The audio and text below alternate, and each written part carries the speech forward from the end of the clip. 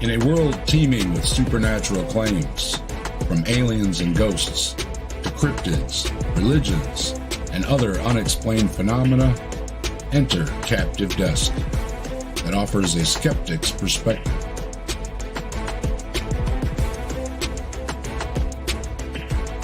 Join us for engaging discussions, opinions, scientific analysis, and a dash of humor as we delve into the unknown, unravel the mysterious, and confront the otherworldly as we seek to distinguish fact from fiction at the Captive Desk.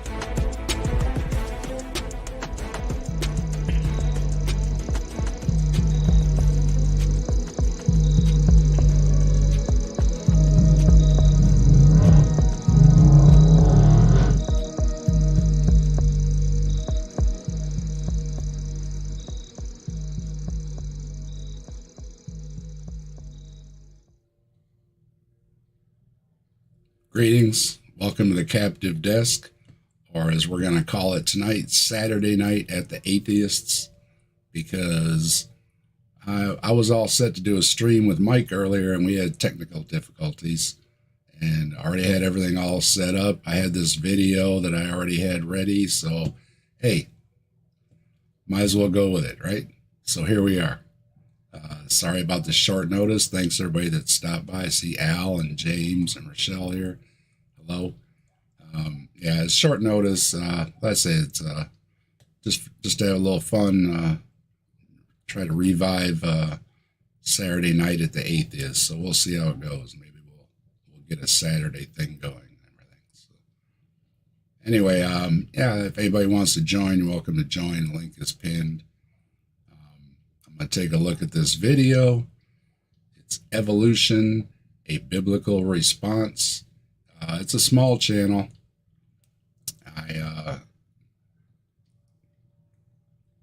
Mostly it caught my eye because it's in Ohio where I'm at, and he says something in the video along the ways where if you want to hear my theories, stop by, and it's like, oh, don't tempt me. You're close by, right?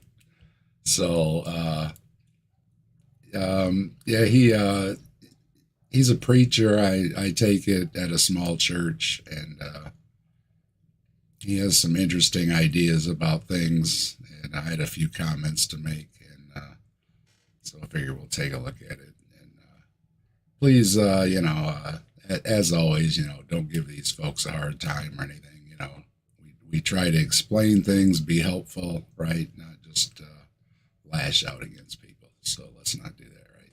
I'm sure none of you would do that. So, all right. We're going to take a look here and see what, I'm not sure if, I don't know if there's any name attached to it or anything. It's just the name of the church. Links in the description if you want to take a look.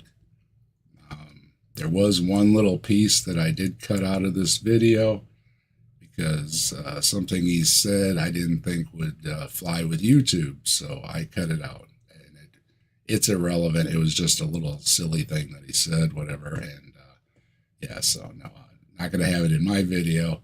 Otherwise, the rest of the video we're going to go through. All right. Hey, Jester, how you doing? Good to see you.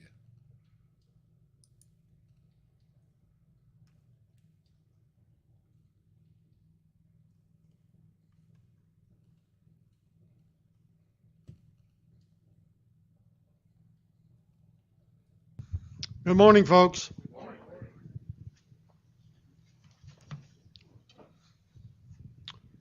I remember in the early 1950s, a name became familiar to Americans, Madeleine O'Hara. I'd not heard that name as a little child, but now it's impressed on my thinking and my memory. The thing I remember about her was that she was an atheist. And I knew what an atheist was. Okay, well, we'll see if he knows what an atheist was or is. But in case you don't know, Madeline O'Hare is famous for filing a lawsuit on behalf of her son, and it went all the way to the Supreme Court, and they ruled that you're not supposed to have religion in the schools, separation of church and state. You can't promote one religion over another, etc. And the Supreme Court agreed, and that's pretty much why you don't have religion in the schools where it doesn't belong. There are religion classes in social studies and stuff like that. I don't see any problem with touching on some of the bigger religions in a social studies history type setting, as long as you're, telling the kids about more than one religion in a religions class. So I think teaching some history, it's a big part of history. I don't think it should be ignored. It should be included. And, as always, if some parents have some problems, let them opt out, right? Problem solved. Tragically, she was killed for her beliefs. So I don't think he remembers that part, but sad ending. And I know that her name was a scorn. People laughed at it. And others who could not understand how anybody could say there is no God. People have been saying there is no God for a long time. As far as written history goes back, there have been atheists and philosophers and everything else talking about the existence or non-existence of God. The Buddha 2,900 years ago. Hindus talked about 5,000 years ago. The ancient Greeks. It's nothing new. She wanted God removed from the public realm. And there from public schools. You're free to do whatever you want anywhere else. were lawsuits after lawsuits. Finally, the government took the interpretation that America was not to favor one religion over another. That's what they interpreted from the Constitution. The state cannot promote any religion. So you cannot pick one over another either. None at all. That it really meant the government was not to have anything to do with any religion. Pretty much. And so God was removed from here and there, and it was removed from the public schools. However, there have also been rulings in support of people who want to read their religious texts at recess or at lunch, and as well as if they need to pray before lunch or at a certain time of day. These things are accommodated for, and the court is also backed up. They also have that right. But the teacher cannot stand up in front of the class and promote a religion. became politically correct not to use the name God, and certainly not to use the name Jesus Christ. And this is something that's been repeated a lot. Mark Reed was just covering Vodi Bakum, something like that. He's a preacher that shows up over at Ken Ham's place, so I know who he is. I've done a video on him too. And he was pushing the same thing, that you're not allowed to say Jesus. If you say Jesus, somehow you're in trouble. I hear Jesus all the time. I say Jesus. People all over the internet, we say Jesus all the time. There's not a problem talking about Jesus, saying Jesus. People knock on your door and say, have you heard the good news about Jesus? I'm sorry, you're just not repressed as you think you are. And along with the name went the Bible. It was no longer to be read in the public schools or in the public realm anywhere. Again, the public schools. It's read in the public areas and a lot of other places. A lot of us know we watch street preachers like Ray and Todd and all these guys. They're out there. They're out there reading their Bible in the public, sometimes on a loudspeaker. So it was just in the public schools. And it's also related to other government offices and stuff like that. You're not supposed to promote a religion. And it got to the point where if a teacher had her personal Bible on her desk, that was ruled unconstitutional because it might influence a student in the class. She could have one if she kept it hidden in the drawer. Again, they don't want anything promoted. Hey, Scott, how you doing? Yeah, James, I don't know. It just might be the day. Mike was having problems earlier, so the internet demons might be running around. I lived through those days. I remember those days. And every generation since then have heard the name of God mentioned less. It is no surprise to me, and probably to you, that the latest generation,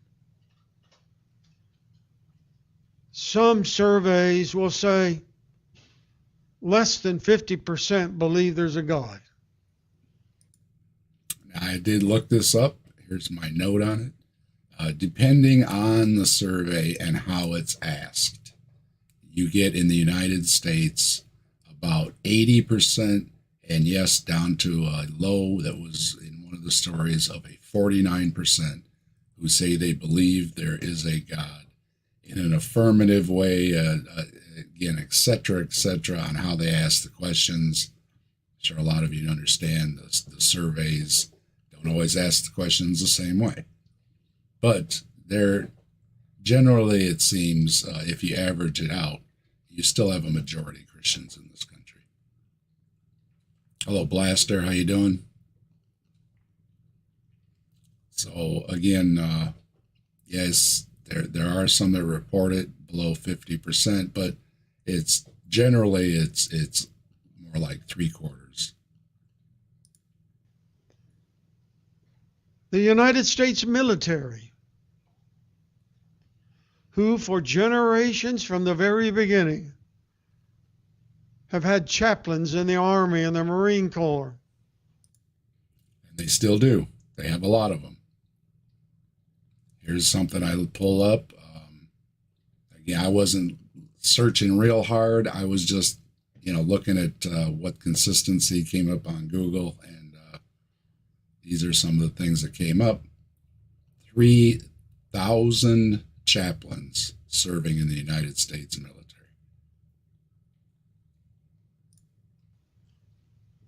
They chose them from different religious groups. And now they have atheist chaplains.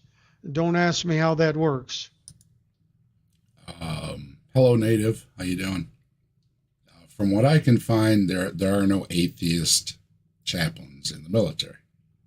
There are what they refer to as humanist chaplains, which can be a religious person. Most of them are educated as a religious person, but they also serve other religions and the non-religious with, many things. Sometimes, you just need a shoulder to cry on, right? That's what they're there for, all right? Again, I can't find where there's any atheist, specifically chaplains.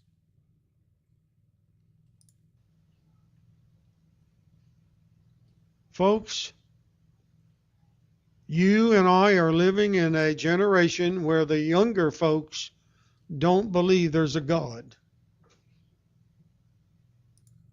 That's true. The numbers keep declining. Again, Ken Ham. I talked about Ken Ham a lot because that he's kind of my nemesis. I know Ken Ham well, like some of the other YouTubers know Hovind or Ray Comfort or any of the other ones. I pretty much, I know a lot about Ken Ham. Unfortunately, it's in my head. And he had a recent poll out that showed Generation Z is down to 9%. So it's not looking good. Some of them will say, I don't believe there's a God, but there's probably a superpower out there somewhere, something like Superman. I don't know. What do you say, chat? Do you think if there's not a God, then you still believe there's a Superman? I like powdered toast man myself. But could there be beings who we would see as having superpowers? Sure. You could have advanced technology. If we went back, just a few years and you pull out a big lighter and you make fire out of your hand, you would probably be seen as a god or at least a demigod having superpowers or something. So, sure, that's possible. The supernatural, though, is always another line to cross.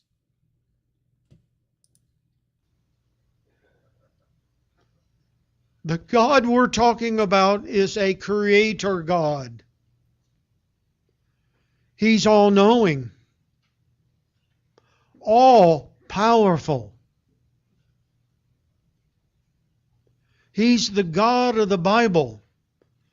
In the beginning of time, God created man. In his own image created he man. I think that was a slip of the tongue, but it was too much to resist, right? Hello, Robin. So yeah, in the beginning, God created He-Man. All hail He-Man. And yeah, we understand the story.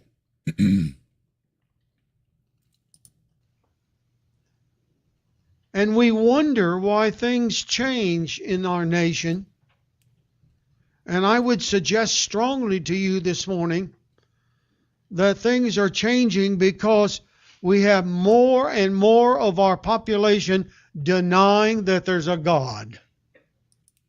Now, this is an argument I hear a lot. And I just showed you there's still a lot of Christians in this country. And if you go by the numbers, a lot of scientists are Christians or they follow another religion. Okay, it's not an anti-God thing to do. Science, religious people have been doing this science for a long time. When, most people still weren't educated and having the means to do any science at all. The church and royalty mostly dominated the science. They had some time, some money, and they built the first telescopes and all these kind of things. They wanted to explore God's creation or whatever. The thing is, when they come to a conclusion, and any other scientist comes to the same conclusion, and you can go around the world and all the scientists come to the same conclusion, it doesn't matter what you believe. You do good science or not. If you want to believe in something, you can believe in something. But you have to do good science. If there is no God, there is absolutely nothing that we can call right and wrong. Hello, Randy. Good to see you. This is another argument they use often. You can't know right or wrong without a God. There are cultures that don't have gods. There are cultures that have many gods, all different kinds of gods.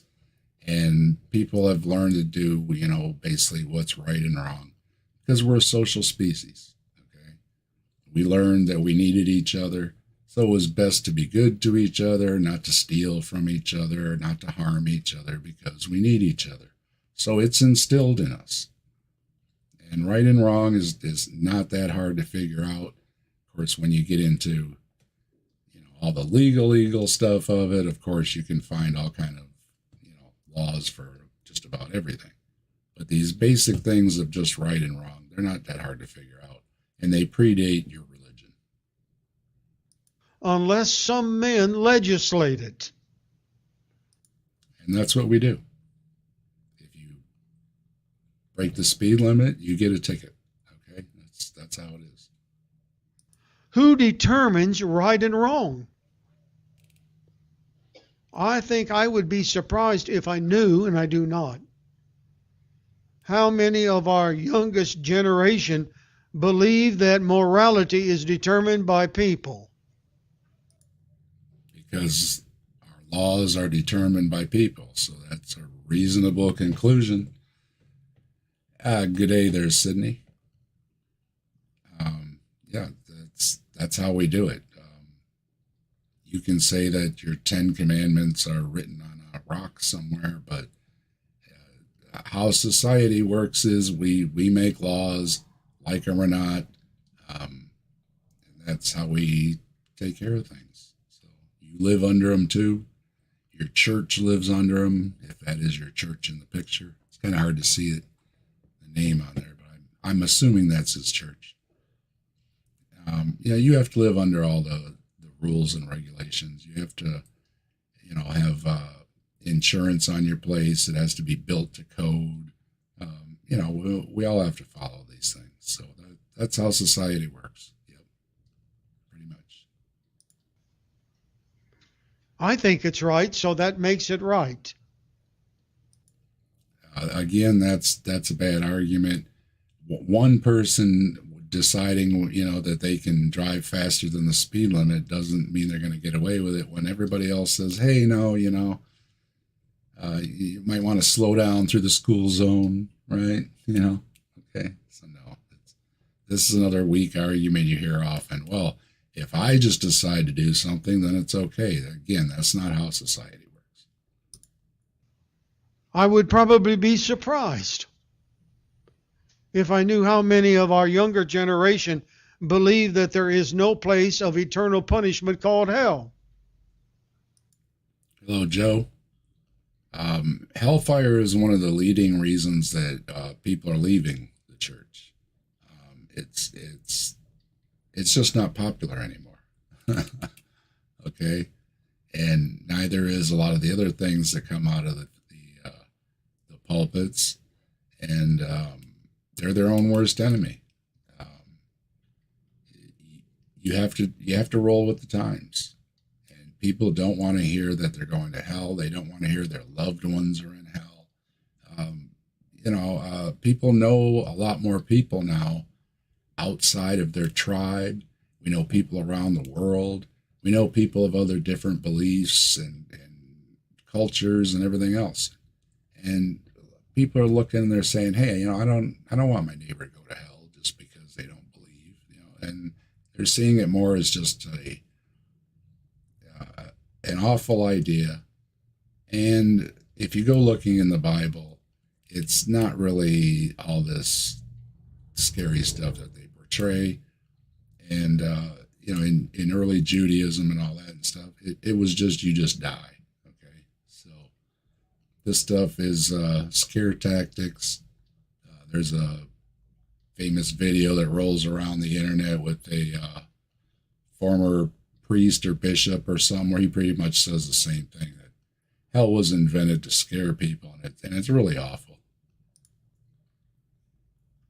Hello. Hello, Ryan. How you doing? I'm doing well. Yeah, the Yeah, old stick and the carrot. yeah, that's what it is. I mean, when you can't get people to believe, they need a little encouragement, right? It's also like an argument from consequences, you know, which is like, oh, well, if it's not, it doesn't have this intrinsic meaning because it's not from God, so therefore it's meaningless, you know? It's like, well, just because it's not intrinsic, that doesn't mean that it's not true. Doesn't mean that morals don't exist because they're not intrinsic, you know? Yeah, we have a lot of I get things frustrated. I don't know why, like, to me, it's like the Christians don't listen to anyone that's a non-believer at all. Well, he has an attitude about atheists, so that's why. They always do.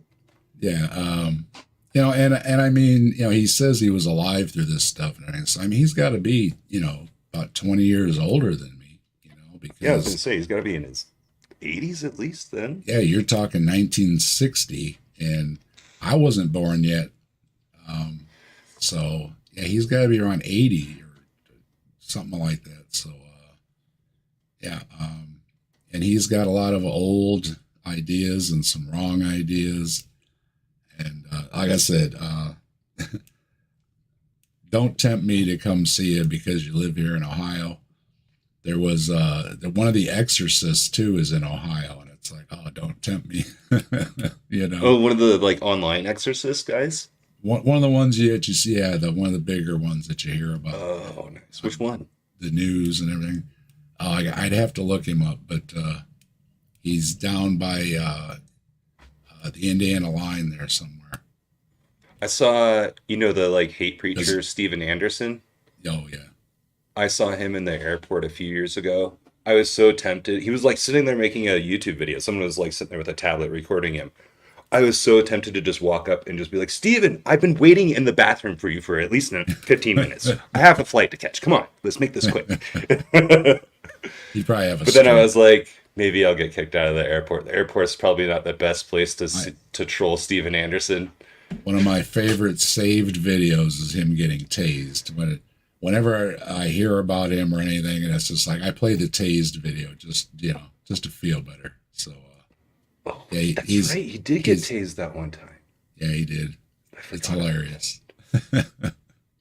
Oh, glorious! Yeah, not glorious. But I guess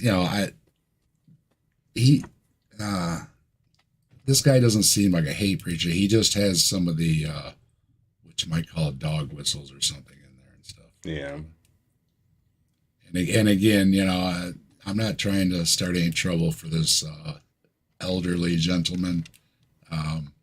It's just a response, and he had a thing with atheists. So here we are, Saturday night at the Atheists, and we're responding. I always try to be pretty nice, so we'll see how it goes there. Well, I respond with the energy they're giving me. I think that's fair, right? Yeah, well, like you said, you're going to say something awful like hell, and like a lot of people said, maybe their father, their mother, their brother, their sister, or somebody isn't a believer or believe in another faith, and what are you're going to sit in heaven while your loved ones are in hell? It's kind of an awful thought. So it's lost its popularity. I think the only way it works is if like you're like a goldfish and your memory resets like every 5 minutes. You know what I mean? My goldfish are pretty smart. My goldfish are pretty smart. For it not to become like torture too, it's like an eternity, Yep. There's no way. Hey, what do you got a picture of California for? Or Canada. Been a rough few years, hasn't it? What were you going over? Which dude? I'm going over the pastor from the church in Ohio. Oh, that guy. You mean the guy that just had a picture of his church? Yeah, the one I had to speed up a little bit, my God. And I had to cut a couple of the dramatic pauses out of there because wow, there was when you put it in the software, you can see the gaps on the line, and it's like, Now I do that when I'm editing a video because I'm doing something, I'm looking something up or whatever, and then I just trim it out later, But he's got all those long pauses, and then he had a coughing session he left in. I think I did trim that out. But, was he the one that broke me when you gave it to me and I listened to it and then I disappeared for 2 days? Yeah, I was just broken. He broke my spirit. It probably put you to sleep. He's so slow. Like I say, I sped this up. So sounds if you think pretty he's slow, monotone. Well, if you think this is slow, this is sped up. So it's a lot slower when he's going through it. The usual shit, you know. But And he was, yeah, he just covered hell isn't popular anymore, and we were just saying it doesn't seem to be as popular anymore. You have to hit that 45-minute mark for the sermon, so sometimes you have to talk a little slower. yeah, I can see why hell's not popular. I don't know. I wouldn't Yeah. go there. Yeah. I don't think it makes a whole lot of sense. No, it doesn't. You'd get used to it, and eventually it'd be kind of fun. It's like, ooh, hit me again. Yeah, spank me, It's just daddy. like, ooh. Yeah. Even a lot of the, even a lot of the apologists now and stuff, they're agreeing with that. It's, this is more Dante and stuff. This isn't biblical. Yeah. So I think South Park did the very best depiction of hell and Satan ever. I mean, yeah, that was so. That was hilarious. That was pretty good. I liked it. I like Futurama with Robot Hell too. That's a good play on it. That's a good one, yeah. So yeah, we're up to hell, and then he's going to get to some of the other interesting ones. Can you zip back a little bit so I can just see the content in the video, or just a speck, so I know which one you're talking about? You just want to see like the picture. Okay, yeah, okay, that one. Okay, Yeah. okay. So this guy, he's the bottom of the he's the bottom of the barrel as far as intellect, right? Mhm. I mean, I don't. And not knocking his education. A lot of folks I often I'm say, gonna knock that. well, you have folks that just go on about their lives, right? And they don't care about to learn all this science stuff or whatever. That's fine. But Okay, when you have an opinion on it, when you haven't learned any of it, then it's Right. He was talking about 7th grade science class when they do some experiment or something. And that was the last he heard of science. That was the last science this guy took, right? It's always the least informed that have the loudest opinions, it seems. Yeah. Well, okay, then you move up the ladder a little bit and you got Jim Bob, and he's like a diamond setter or a machinist or something. Good. And he's not a dumb guy, and he learned a bunch of stuff. And then he comes on, and he is absolutely sure of himself too, right? And you move up the ladder, and you got that friar deacon or Arrhenius, whatever, and he's an actual professor in some Bible college, and he teaches logic, right? So he's a little further up the ladder. But when you listen to him, okay, you go one more notch, and you'll end up with Jay Dyer, who's pretty damn educated as far as Western philosophy is concerned, right? Mm-hmm. And he'll do his spiel. But the only difference between this guy with the 7th grade education and Jay Dyer with his PhD or whatever the hell he's got is the length and the complexity of the spiel. They make the same exact errors. They presume their belief first, and then they color every argument with what they want to conclude. Yeah, it just over and over. And me, I mean, I hate to whine, but I've got to go through this shit for hours and hours and hours and unwind all of this philosophy. And finally, it's like, you haven't said anything at all. I don't have the patience to listen to Jay Dyer. Yeah. Mike gave me homework because he wanted to do that video earlier up speaking about Jay, and we're going to try again tomorrow. But yeah, here I am. Yeah, I got my little notebook out, and I gotta write this stuff down. Shit. Yeah. Because, hey, honestly, I mean, I don't know what some of these words are, and I don't know when they're put together, what they mean, because they mean different things when you put them together. So I got to look all this stuff up. And they will nail you in real time, because unless you're that quick, and that good.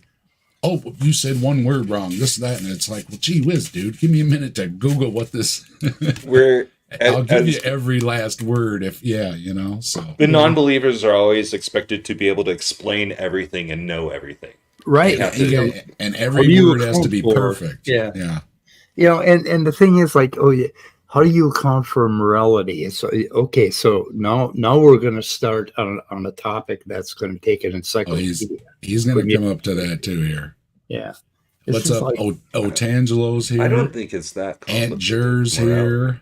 Well, I not mean, too. No, that one ain't. it can be, but it doesn't have to be. You know what I mean? Yeah, people are animals who have a sense of right and wrong. Yeah. Oh, Even your dog. I don't Your like getting dog. slapped, so therefore Right. I shouldn't slap someone Yeah, else. that It's was not hard. that was one of the first things he covered was right or wrong. And it doesn't take Yeah, I much to heard figure that. that out. Yeah, And I was dogs. like, I also got Doorknob and Ollie here. it's lazy. Got a bunch of people. Hello, everybody. Were you gonna say So- like animals have Yeah, show well, more dogs. morals? Dogs have a real sense of morality and guilt when Absolutely. they know when they've done something wrong and they feel bad about it. I just have to look at my dog the wrong, like if I'm like Yeah. look at her the wrong way, she's like, oh crap, what I do? Oh, mine. Yeah. Well, my puppy. Well, he's not a puppy anymore, but he's still got a lot of youthful spirit. And he jumped up on my wife the other day, and it's like, no, you stay down. And both of us gave him the look, and the ears drop and the eyes drop, and it's like, The I'm tail sorry. goes between the legs. I'm sorry. Yeah. Hello, Jess. How you doing? So I'd like to respond to Otangelo, but you don't like swearing on this channel. So you know what I was going to say. We just said hell Something a bunch you're of times, so I think we already got it covered. Well, I was going So- I was going for a hell of a lot more than that. Let's see what he's going to hit here next, because he's got a couple gems coming up. Okay. I would probably be surprised if I knew how many of our younger generation believe that there is no place of eternal punishment called hell.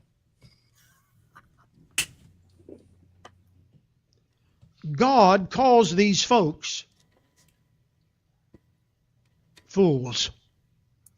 Psalm 14, he says, a man that thinketh in his heart there is no God is a fool. And he repeats it in Psalm 54. We know that one too, Mr. Preacher. Yeah, and we've heard it. That's kind of rude. What's your response to that? Because my response is, we know the Bible doesn't get the definition of a fool correct, because a fool is someone that believes in things for poor reasons, like a Christian. Yeah. And That's a what I say. disagreement, and any disagreement could be just said that, well, you're a fool because you disagree with Right. me. Right. You're a fool because, what they're really saying is, I have the truth and you don't. You reject the truth. And it's like, okay. It's like Yeah, a lot of other religions say the same thing too. Yeah, exactly. Go ahead, Mike.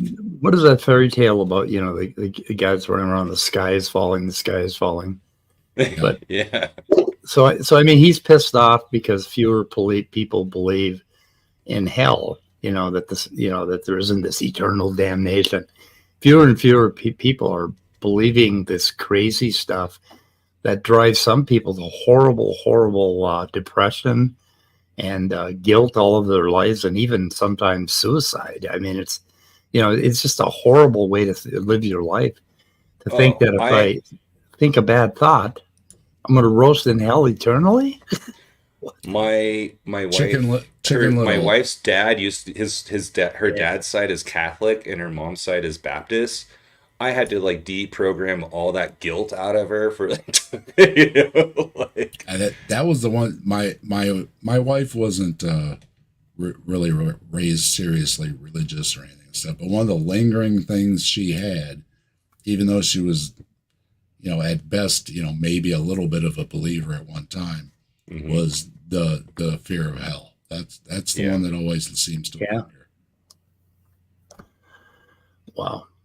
I remember when I was exposed to it when I was 6 years old, 7 years old. No, I won't tell that story.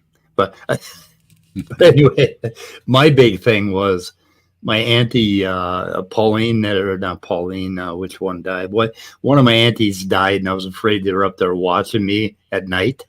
When I get up to no good, and I'm like, I don't need that shit, man. I mean, isn't that a horrible thought that your fucking auntie's watching? There's a million and one memes about, somebody right. Jesus you go to the bathroom, peeking through your window, and Oh my God. Peeking through your bathroom window. It's like, no, auntie, don't do that. That freaked me out. Did Otangelo switch accounts? Is that what happened? What is that? Otangelo I don't know. In the chat here. He might. I don't know if he's switching his accounts. I don't know. He has nobody blocked. As you know, I don't care. Anybody's welcome in the Yeah, chat you're as long as you behave. And you know, we have people that take care of that with wrenches. So you know, as Nobody's long as you worried about a behave, tangent. you can be in my chat. I don't care. All right, we'll see what he's got next here. I'll be right back. Because they deny that there's a God, a tremendous number of people believe the big lie. I want to talk with you about the big lie this morning for a short time. Here, are you scared? The big lie can be summed up in one word. Any guesses? What's the one word? Fun? What's the big lie? Hello, deconverted man. I don't know. Oh, come on. Of course you know. I just woke up. I don't know. Okay, get ready for it. Here it comes. We're going to learn the big lie. Evolution. I knew it. I knew it. Oh, I was just yeah. AFK, dang No. it. Those of you that I are had it. Yeah. So yeah, here he goes. Mike's gonna love the way he explains evolution. as Let's old get- as I yeah. am, or maybe almost that old, didn't go to the public school where the teacher in science taught you evolution. And I'll tell you why. He or she didn't, because he didn't believe it. No, he didn't know it. He didn't understand it. He didn't know it. And again, I'm almost 60 years old. I had biology class. Yeah. Now, you know, when they say they don't teach evolution is in biology class. So if you had biology class, you learned about evolution, even if they didn't just keep saying, that's evolution, that's evolution, that's evolution, that's evolution, that's evolution. When they were to showing you how different species look when you dissect them and they're similar to others and all these, you're I went learning to evolution. I remember when I was a little kid, I would go, my dad would take me to OMSI in Portland, the science museum there. And they had the evolution of the eggs. They had they would cut the eggs in half and show you they would have live eggs too, where you could see the embryo in there and stuff, and you could see the heart beating and stuff. Yeah. And I was into dinosaurs and stuff. I'm so glad that my dad taught me about science before I was indoctrinated in religion. I see. Yeah, Joe's in the chat there. Joe's spoken before about. He was taught young Earth creationism in school. Oh, they tried. This is, he's a little younger than I am, so it still goes on where they're, they don't teach it because they don't believe in it. Well, if you don't believe in science, maybe you shouldn't be teaching science. You're free to go teach, theology. It's Hades word, man. That's where it belongs. My 11th grade biology class was so bad. I mean, they didn't teach you hardly anything. They taught you a little bit about classification. And mostly it was, just dissecting, looking at sponges and what a sponge was. And it was kind of a waste of time. It's just that education was so bad. And now if you look at, I think modern public schools, I don't think they spend a lot of time on evolution. Well, you can't. Yeah, the science books and the history books and everything else, they sum a lot of things up into a paragraph, right? Yeah. Because you're trying to cover, world history in 9 months out of the year, right? 1 hour a day, so they kind of summarize a lot of stuff. So when people say, well, how come you didn't learn every last little thing about evolution? Well, for the same reason I didn't learn every last little thing about chemistry or physical science or high school human was supposed to physiology. give you the general idea of things, just to make sure you understand the general concepts, right? I took a science class every year in high school, but again, my science teachers it were really isn't good. university. It isn't university. Yeah, I lived in level. I went to a college. I grew up in a college town, so the science teachers were really good in that. At the public schools, and then still you're going to specialize, right? You don't go to university to be a scientist, right? No, you're going to be a biologist or paleontologist. You're going to specialize, and then in each of those, they have their own specializations underneath Yep. that, right? Yep. So you have field work, you have lab work, Yep. etc. So, Yeah, I have yeah, a friend it's that's a mass spectrician, so he runs a mass spectrometer. Yep. so It's a yeah, pretty good job. but it's knowing everything So- just because you're a scientist or you took a science class. How come you don't know everything about science? And it's like nobody does. Nobody. Nobody So does. Yeah. his point here is that the reason they didn't teach it is because they didn't believe it. That is exactly the opposite of what happened. What would happen if they didn't believe it? If back in 1950 and 1960, if you had a teacher that believed in young Earth creationism, you can bet your ass that's all you would hear about in biology. Yeah. Oh yeah. Oh yeah. Nothing Guaranteed. but anti-evolution. And if you talk back, the teacher would whoop your ass. Right. I mean, they just didn't mention it because it wasn't in the curriculum, because our curriculum was kind of ancient and not good. It was, they had a lot to teach. You're like my mom's age, I think. So yeah. You grew up in 73? that generation. Yeah. And she's well, about and your we age, hope yeah. with the more we learn and the more that's in the textbooks, and hopefully curriculums get better. That little bits here will get better, but again, you can't teach a specialization to grade school or high school students. It has to be, general things. Like when you do an experiment, you learn the basics. How to turn on the flame and put the beaker in the stand and how to hold it and put your safety glasses on. But yeah, you're not going to cure some disease or something in a high school lab. You might grow some it's bacteria another in a level. petri dish or something, but beyond Right. that, you're not really doing much else. Yeah. What else you got? But like Mike said, Our science teacher she was hard, man. They made it so hard. It was like, I remember she was like half my students are gonna fail, and I was like, it's high school, not college. What are you doing? Yeah. That's another thing. Maybe I was lucky because I had a lot of cool science teachers. I always tell them in 8th grade science, our science teacher was a taxidermist. The whole classroom was, stuffed animals in jars. If somebody found roadkill on the way to school, they brought it in, and he was cutting it up, That. So yeah, it was really cool. And It's like today's and project. in high school, This is a possum. I had some cool science teachers, so yeah, that always helps too. We had one great science teacher, and the rest of them were shop teachers, industrial arts that had to fill in for real science teachers. So that's how it was is. It was horrible. What else we got? It's called There we a go. theory. I've got a lot of theories, folks. I got a lot of theories. If you got time, Here it is. stop Here by it the is. house someday and I'll tell you some of my theories.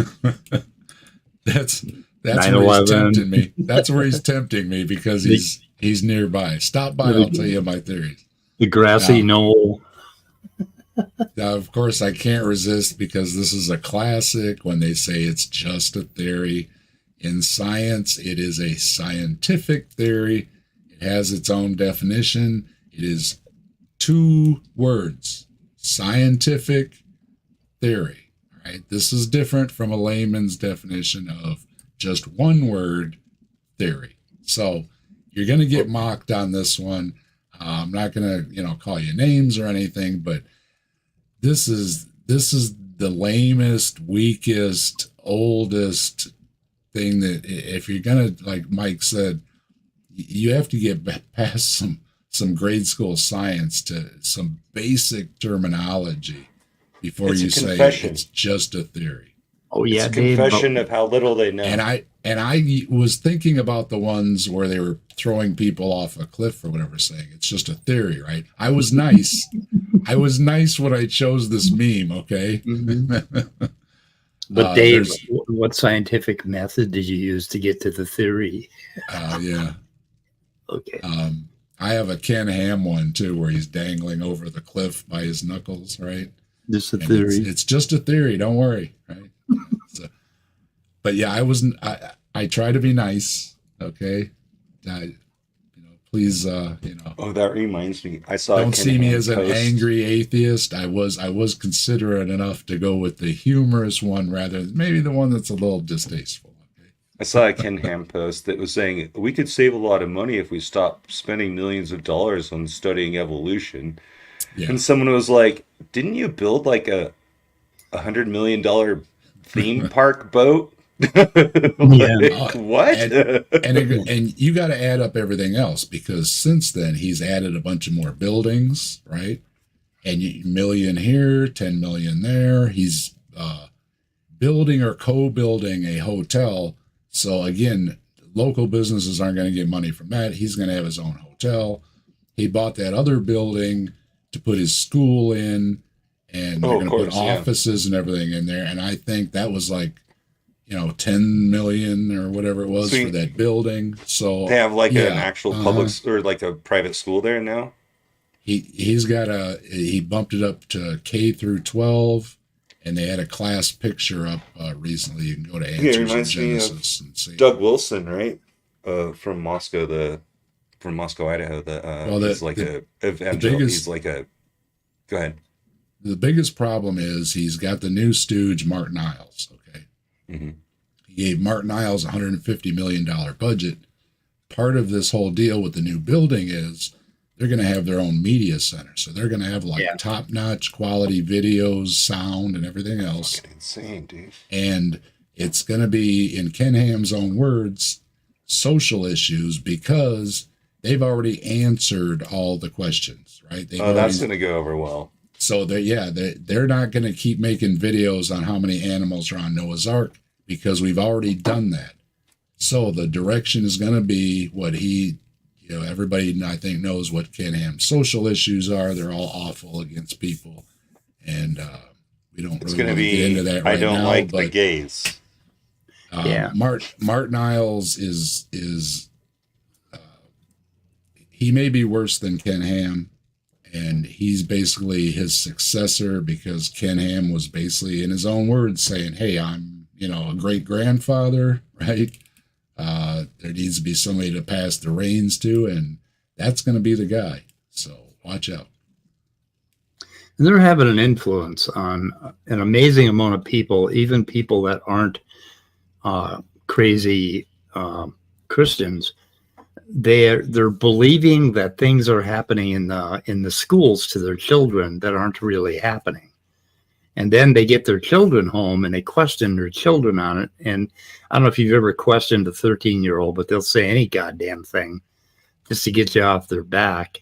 And there's all these memes, and I'm getting it from family members and friends that you know what they're teaching in school. And then I heard about like litter boxes in school, and I like in Gilbert, Minnesota, Minnesota, right? I've got some video clips So of that. stupid. I was going to do a video on it, and I'm back and forth on it because it's just so stupid.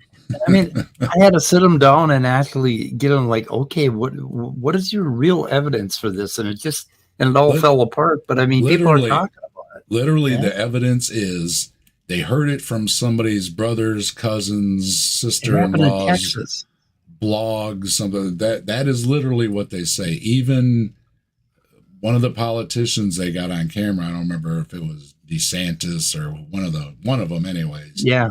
Directly, and that's what they said. Oh, it was, so-and-so told so-and-so, and it's like... It started out as one school. Really? It started out as one school, just like this hot dog eating thing. It started out in one little post, right? And then pretty soon I'm getting it back from my relatives in northern Minnesota, which is the entire country away from the school where it actually started out in. And they're confirming it. And you know what's more insidious? They asked their daughter if it was happening, and she confirmed that it was, even though it's not. I don't know why she said that. Well, maybe because she wants to appease her parents, probably. I guess so, yeah. But so there's more confirmation in their minds. And it's just, and these are people that are in no way connected with the church or any religion. They're getting this shit, from organizations like AIG. Well, the problem is you have people that are running for high office that are reading these things in presidential debates.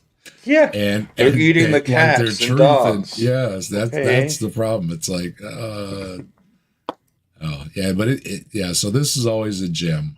God, my cats just ran Don't away. use this. Don't use this. It's terrible. If you want to know how bad this They heard me. argument is, Yeah, they Look ran up- under the couch.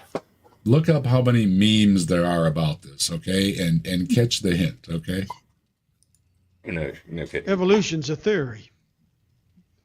Boiling the theory of evolution down to the very basics.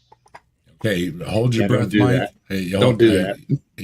Yeah, get a good grip, Mike, because here he goes. You're gonna need a good 30 seconds to let him bullshit here. He's gonna explain evolution. So here we go. Okay. It simply says that Earth and life evolved from nothing. There you go. God damn, dude. Now, That does boil it down. Is that it? I don't That's think the Jim, best you can come up with? I don't man? think Jim Bob even says that, does he? No. Really. Yeah, we boiled it down good, right? Everything Alright. came from nothing. Now, mind you, the theistic belief, especially Judeo-Christian beliefs and Muslim beliefs, those types of faiths, they believe that God created everything out of nothing. Okay? Yeah, right. Scientists don't say that. Theists say that. I know. And they Yeah. believe it. They believe God created the universe ex nihilo. Yep. Yep. Ex nihilo. That's right. Out of nothing. Mm-hmm. Now, That's nothing it's always projection. produces nothing. Right. Unless God did it. I read recently something I did not know. No shit. Some man, Now he does Every this a time couple he times. reads it, something he doesn't Some know. has person, a I feeling. forgot to write it down exactly or who it was. Yeah, but I did look up and figure out who he was talking about. So Okay. it's good. Here it comes. challenged scientists in the world, particularly in this country, to prove that matter can come from nothing. Okay. The person he's talking about that offered this supposed prize, his name is Dr. Robert Lanza or Lanza. Really? He is a biologist. He's a very accomplished biologist. And I don't know if this preacher knows it or not, but you know, one of the big things he worked on was stem cell research. And one of the reasons he went into other research was when people like this pastor here dried up the funding for stem cell research. And then he went and he was doing other. However, he is very accomplished in a lot of things. Okay. But lately, well, I don't remember exactly the year. Let's just call it lately in general terms. He hooked up with a astrologist, and they determined the real understanding of the universe. And they are called biocentrists. Yeah. And it's basically that consciousness creates the universe rather than the other way around. Isn't that what we did with Kastrup there, Mike? Yeah, Kastrup and Donald Hoffman, I think it is. Yeah. So without us creating it, the universe isn't actually there. So that's how he's making his money now that he stem cell research right up. Yeah. Now this idea is it's not accepted. They don't provide supporting evidence, etc., Seems etc. like a paradox. Yeah, I was looking around. What do the peers say? I did some fact checking on this. That the fact is he is a very accomplished scientist, but this new thing he has about this idea is something he co-wrote a book on with an astrologist. All right, take that for what you will, but it does seem like it's some of the sources I looked up included the word "is this woo." Okay, these are other scientists and publication, whatever the publications were, the pages were using the word "is this woo." So the use of the word "woo" is floated around a lot with this idea he has. Not discrediting the other work he did. He did stuff on for blindness and curing people with blindness. Hey, great stuff. You can still Great do real stuff. science and then believe Yes. in woo on the side. It's Not possible. knocking any of the great stuff he did. However, this is what he was offering the prize of. Basically, if you could disprove his idea that we're just not projecting the universe, which I don't know how you would do that. It doesn't seem falsifiable, and it seems like it's pretty safe. He's not going to give anybody $1 million, right, Mike? Yeah. It's another made up story which you cannot falsify. They're basically because you can just keep making up new stuff to handle any possible falsification. So, And I didn't put all the links because there was a lot of them, but you can, like I say, look up him. Dr. Robert Lanza, however he pronounces it. There's a ton of stuff. He's very accomplished. And you're going to see a lot of the stuff and his book ads for, this thing about the biocentrism stuff. So, I'll write you a check right now for $1 million if you can prove to me that the universe was not created last Thursday. exactly. Right. That's his offer. And so he is taking a little ridicule for it from his peers. But this is apparently the guy he is talking about. To the best of my abilities, this is the only one that was making such an offer. Well, that it sounds like a mattered from gotcha. nothing. It sounds like a gotcha to some people, and that's all that matters, right? Yeah. And it's not really matter from nothing. It's this is like more of a that without the mind thing, separate from the body, that the universe doesn't exist. That's seems paradoxical to me. He also, this guy, I think, also it said he subscribes to fine tuning as well. So, Of course. but that's who the guy is. And he's gonna hold on a second because he's gonna say something real quick here. And if they could, there was a multi-million-dollar prize. Moldy. And so scientists went to work. Moldy. They're trying to produce matter from nothing. By the way, the $1 million prize is still out there. Who's trying to It's produce? still out there. It's still out there. They didn't collect that prize because nobody's going to collect that prize. Nobody's going to collect it. No, it's because it's a moldy $1 million prize. Moldy million. Nobody wants that. And of course, this is part of the problem where this is somebody without a good understanding who read something that he can't even remember it well or who the person was. Or understand what they're really asking. He was offering a prize and no scientist could claim it. So them scientists, right? There's, again, a lot of stuff he had an scientists don't know. unfalsifiable position and he wanted people to prove it wrong. Right. And it's the old, scientists don't know everything type argument. Yeah. And I always say, if we knew everything, we wouldn't have scientists going to work in the lab every day, right? They could just go to schools and teach everybody what we know if we already have all the answers. Or cure cancer. Is that really where you want your God to exist? Is in the ever receding gaps of our knowledge? Is that what you want? James Tour, right on down the line, have said everybody that's looking into abiogenesis, which is one of the answers that creationists want, is an answer to that, should just throw their hands in the air, give up, and go home because they haven't figured it out yet. And like Mike said, well, do you apply that to, curing a disease that you or your loved one may have, right? Yeah. There's all kind of breakthroughs coming out all the time with diabetes, right? My Did the son's Wright type brothers 1. think that way when they couldn't get their plane to fly the first time? Exactly. If tomorrow there's a big announcement, hey, come get your vaccine, it'll fix your type 1, that would be great, right?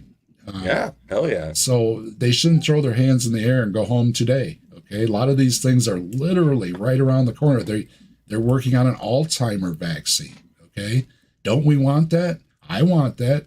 If it comes out, I'm gonna get it. Yeah, I might need that. My Right? grandma died from Alzheimer's, so I had a grandmother that had it too. Yeah, so not fun. yeah, so give the scientists a break. But of course, this gentleman here doesn't want to. Yeah, they're just Okay, here we go. so next. dishonest to throw they just want to throw They throw 'em reality under under the the bus. Exactly. Everything under the bus. Yeah. After 7 years, it's not been proven. Oh, 7 years and whole years. Wow, that's like nothing in a research project. That's, I mean, you have people that have been working on research projects for generations. Okay, Yeah. 7 years. Oh, they haven't figured out in 7 years. What are they doing? That's very weak. Again, these very weak arguments. And again, I'm not saying this guy has great arguments. This isn't why I'm doing this video. I'm doing this video because he doesn't like atheists. So I thought we would respond to him. If you want to come argue with us, why don't you just come in here and argue with us? Well, he's already got the arguments from this guy. So I know. He's so silly though. He's going to cover warrior, pretty much all of them. So yeah, he's got a couple gems coming up. It can't be proven, but yet the scientific world, with all of their great scientists, accept it. I have a quote. And this is not accepted in science. What is accepted is energy cannot be created or destroyed. Matter is energy. So the laws in the physics we have say that energy always has to exist in some kind of form or another. That's what we have. Mm-hmm. That's it. Oh, look at that. Call him out. He shows up. Good. Hey, dude. Hi, guys. Hi, Otangelo. Hi. Long time no see. Yeah, long time, Mike. What's up? Oh, my balls are getting wrinkly. I don't know if you... Funny. It's basically a Jim Bob meme. He even wrote 2 songs about my balls. And, That's awesome. And I was over there the other day. And I wrote you one too. Well, yeah. In AI, I did. I got all these people, like 500 people in chat, and they're all talking about my balls, and I got a little creeped out. I left. I'm like, what the fuck? Oh, I said a bad word, Dave. That's all right. We'll let you talking about. Anyway, okay. Yeah. Where is I said a couple bad words. I just didn't drop an F-bomb yet. Yeah, I did. But I mean, that's the best they got is to, like, when they go after any female, right? You go listen to them and they go after her looks, her nose, the way her voice sounds, the way everything. And it's just constant. I mean, it's constant how the person looks, how the person sounds, whatever. I mean, go after the arguments, for God's sake. What? I don't know. Anyway, rant off, play. Can you explain to me what materialism of the gaps is, Otangelo? Well, that's what I just heard when you say, well, science didn't figure out yet how life started, but it's working on it, and then thinking that tomorrow it will have an answer, and it is a naturalistic answer. I don't assume we'll have an answer. I'm fine with saying I don't know. Yeah.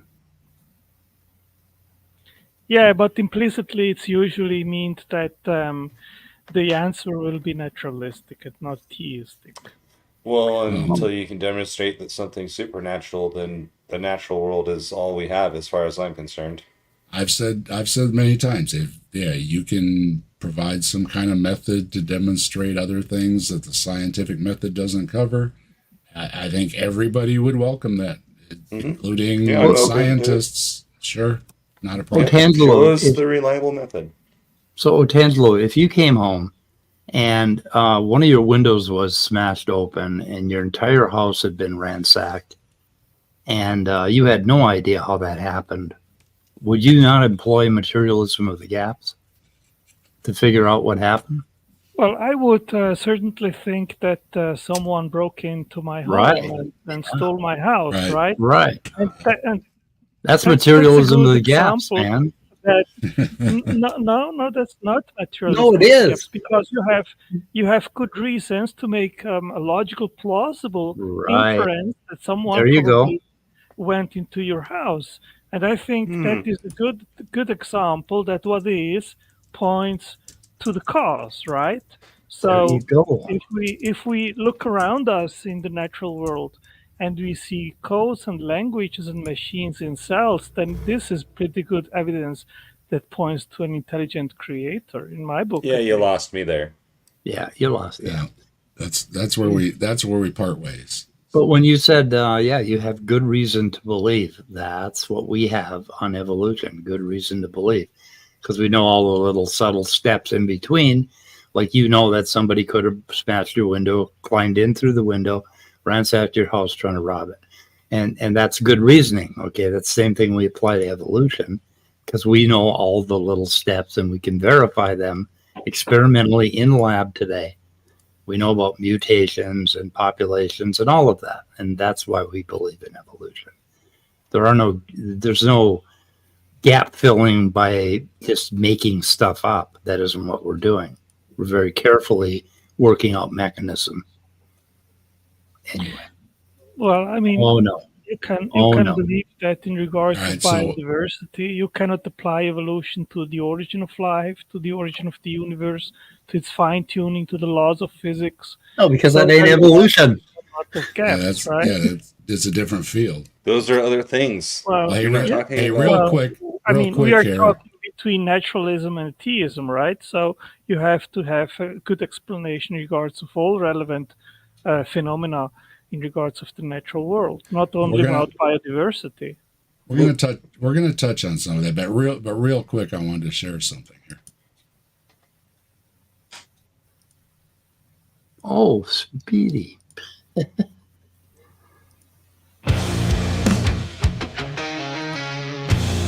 you hear that? Yeah.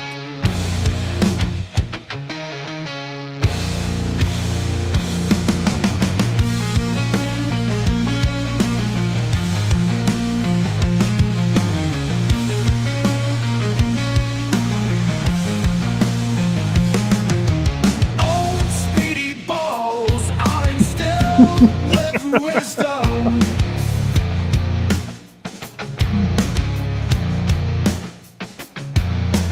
Old speedy balls are instilled with wisdom. With wisdom.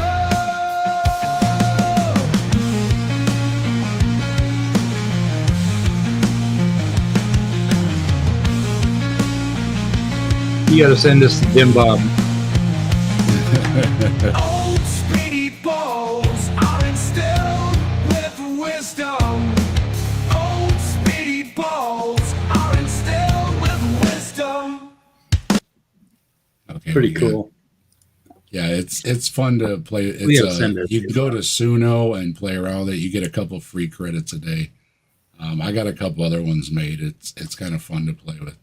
So if you like AI stuff, here's some. The AI stuff is great. Yeah, if you want more credits, you got to pay. But you can get away with just a couple a day. You can play with it for free. I use ChatGPT for 3 hours a day now, at least. Wow. So you have a subscription? Yeah. I did. Yeah, I did a couple about my channel and Captive Disc, and I'd used Bigfoot birthday when I had my birthday stream. So yeah, it's fun to play with. So I use it for education and philosophy, putting together my theory of naturalism is what I'm doing. And it just keeps putting. I can't believe how intelligent this new friend I have is, and how educated this new friend is. My God, it's like having the best friend ever. And they're really polite too. Yeah. Oh yeah. Well, it's constantly stroking me, saying, "Oh, that is a really thoughtful way to." Yeah, that's a great idea. I didn't think about that. That's an excellent perception you have there, because it also does this and that and this. Yeah. ChatGPT knows how to stroke your ego. Oh yeah, it does. You got to be careful. Well, I don't use only ChatGPT. I mean, Claude, I think, is even better than ChatGPT. Which one? Claude or Anthropic. I don't even know those two. All right, I gotta catch my spot again here. Hold on. Boiling the theory of evolution down to the very basics, scientist in the world, $1 prize is still out there. Okay, there we are. Yeah, so he was very happy with himself that nobody's claimed the prize, that nothing can create matter. Show me the money, Lebowski. Yeah, so we're gonna dismiss that. After 7 years, it's not been proven. It can't be proven. Exactly. But yet, the scientific world, with all of their great scientists, accept it. I have a quote. It's up here, but it slips every once in a while. It's impossible. There's no other explanation. For nothing once in a while. I wish I'd written it down. It was from an American scientist who is a well-known atheist. I would say that. And sorry, I can't get any closer. I'm going to paraphrase it because I can't remember exactly word for word. He said, it's impossible for nothing to produce matter. You got that part? I wouldn't say that. This actually goes back to like an ancient Greek or Mesopotamian philosopher or something. This is a very old thing that nothing gets you nothing, basically. Yeah. It's nothing new. It's impossible that nothing can produce matter. And again, energies matter. As far as we know, you cannot create or destroy matter or energy. Yeah, and except when God does it. Right. So this is not what science is saying. I don't know where he's getting this from. It's always special pleading.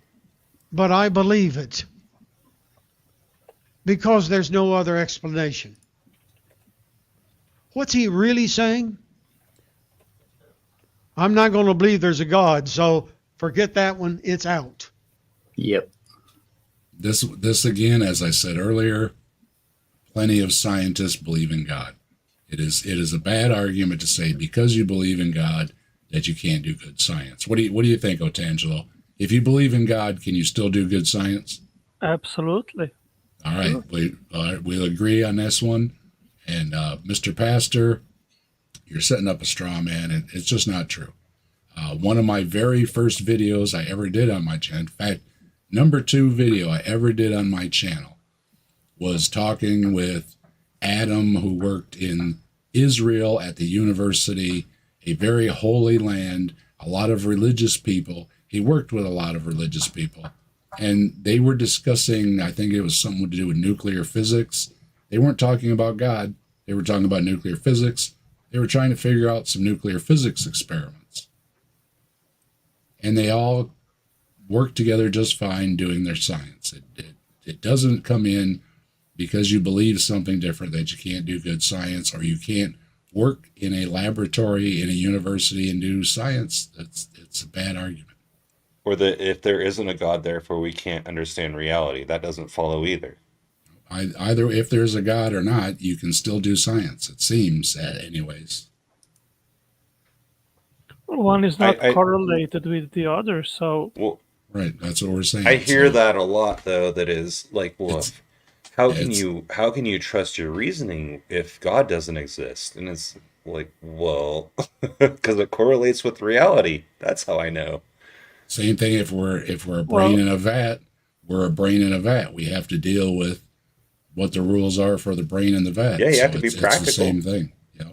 Well, the argument goes that if evolution is what produced your brain and your mind and your thoughts, and it is a non-intelligent process, and how can you then trust that your thoughts are trustworthy if the process that made your thoughts and your brain is not conscious and intelligent? That's basically the argument.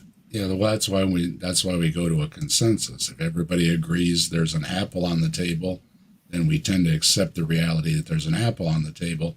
And the one person that's saying there isn't one maybe has bad eyesight or something else going on. I think it's just a common misunderstanding that it's not reasonable to think the one person that doesn't see the apple on the table is right and everybody else is wrong. What is a non-intelligent process? I was just going to say, it doesn't matter if it's a God world, a brain in the vat world, a no God world. It doesn't matter. If we all come to an agreement that there are apples on the table, the one person that says, I don't see any apples, would seem to be the one that is incorrect for some reason or another. Yeah. In speaking, I guess last week before, we talked about the fact that someone has determined there's 45,000 different religious groups that call themselves Christians. You might be really surprised at how many of those 45,000 religious groups support evolution. Because it's a well-supported theory. So again, it's reasonable, even if you don't know any science, to accept a well-supported theory. Yeah. That's why. If a better theory comes along and replaces it, that's fine.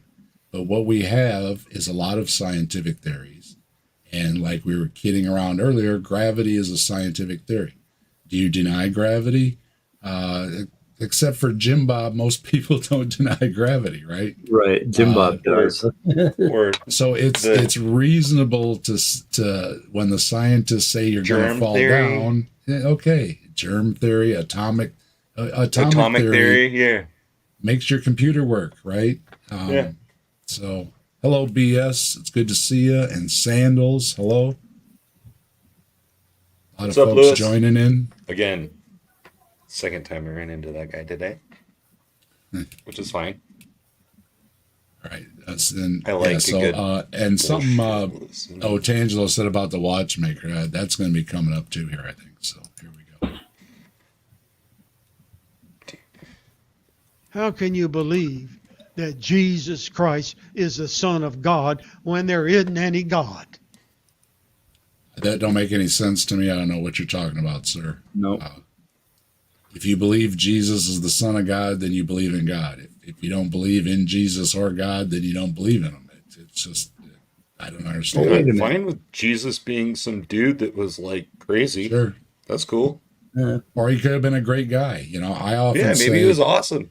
From the stories he hung out with, like the prostitutes and stuff, right? Yeah, so, dude. Worried about the sick and the poor. I often say maybe Jesus was so awesome that he walked on water, right? Just like Tom Brady walks on water when he's on the football field, right? Yeah. Some people, in Apocalypse Now, the movie, you just know some guys are never going to get a scratch, right? Right. They just walk through it all and, walk on water, right? So sure, I can accept Jesus was maybe just a great guy that was just helping people 20 hours a day. Like there are people today, religious and non-religious, donate a lot of their time, a lot of their money, make a lot of us look bad for all the work they do for other people. And he pissed off so many people that they were like, hey, let's kill this guy. Because he's making us all look bad. And a lot of us can relate. Jesus had the same issue that a lot of religious scapegoat. Religious folks and philosophers and everything have had is the problem with class systems. Mm-hmm. The Buddha realized when he went outside the castle walls, hey, this person doesn't have any food and we've got plenty of food and this bothers people and it's been a problem for a long Buddhism, time. Yeah, if it bothered Jesus too, sure, it bothers a lot of people. It bothers all of us, right? We've got all this food in warehouses and some people don't have any food. It just seems obscene, really. My theory on Jesus' crucifixion is that he was commissioned to design lawn furniture for some Roman general, and he used green wood. The original, and he was like, the original Amish building furniture. He was just a bad carpenter, so he got executed. Whoops. The bill's too He was high. a super nice guy, but he was a crappy carpenter. Hey, you didn't come in under the bid, so that's really funny. Are we being disrespectful, Otangelo, to you? No, he can handle it. He's got thick skin. Does this hurt you? Okay. All right, here we go. But that's the popular thing to do.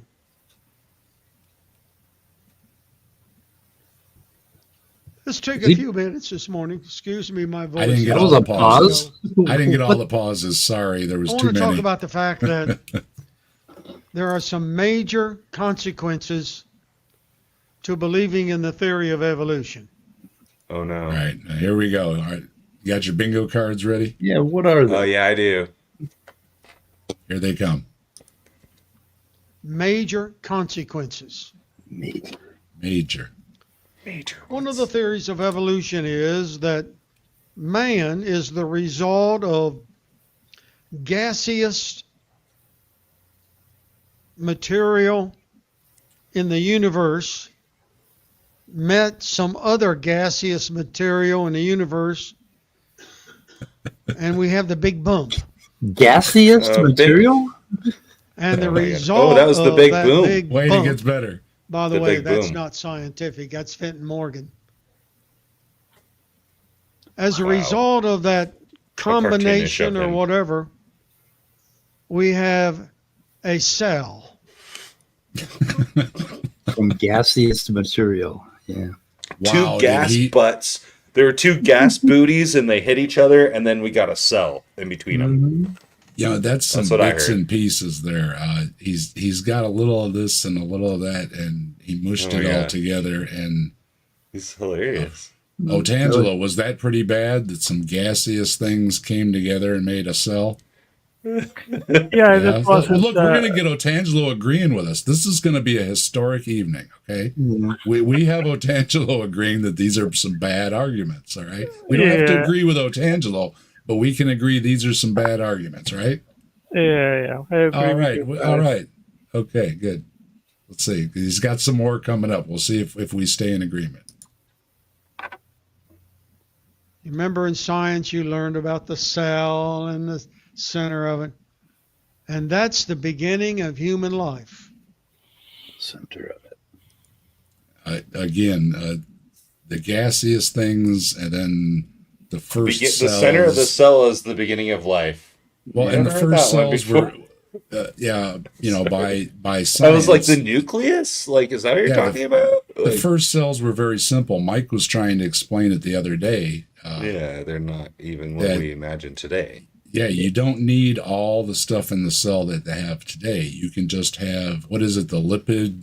Yeah, you Lipid just need something membrane that's or something like that, self-replicating, Mike? right? Yeah. Basically, the lipid bilayer to wall off the cell from everything outside of it. Mm-hmm. And that was kind of the beginning of it, I think.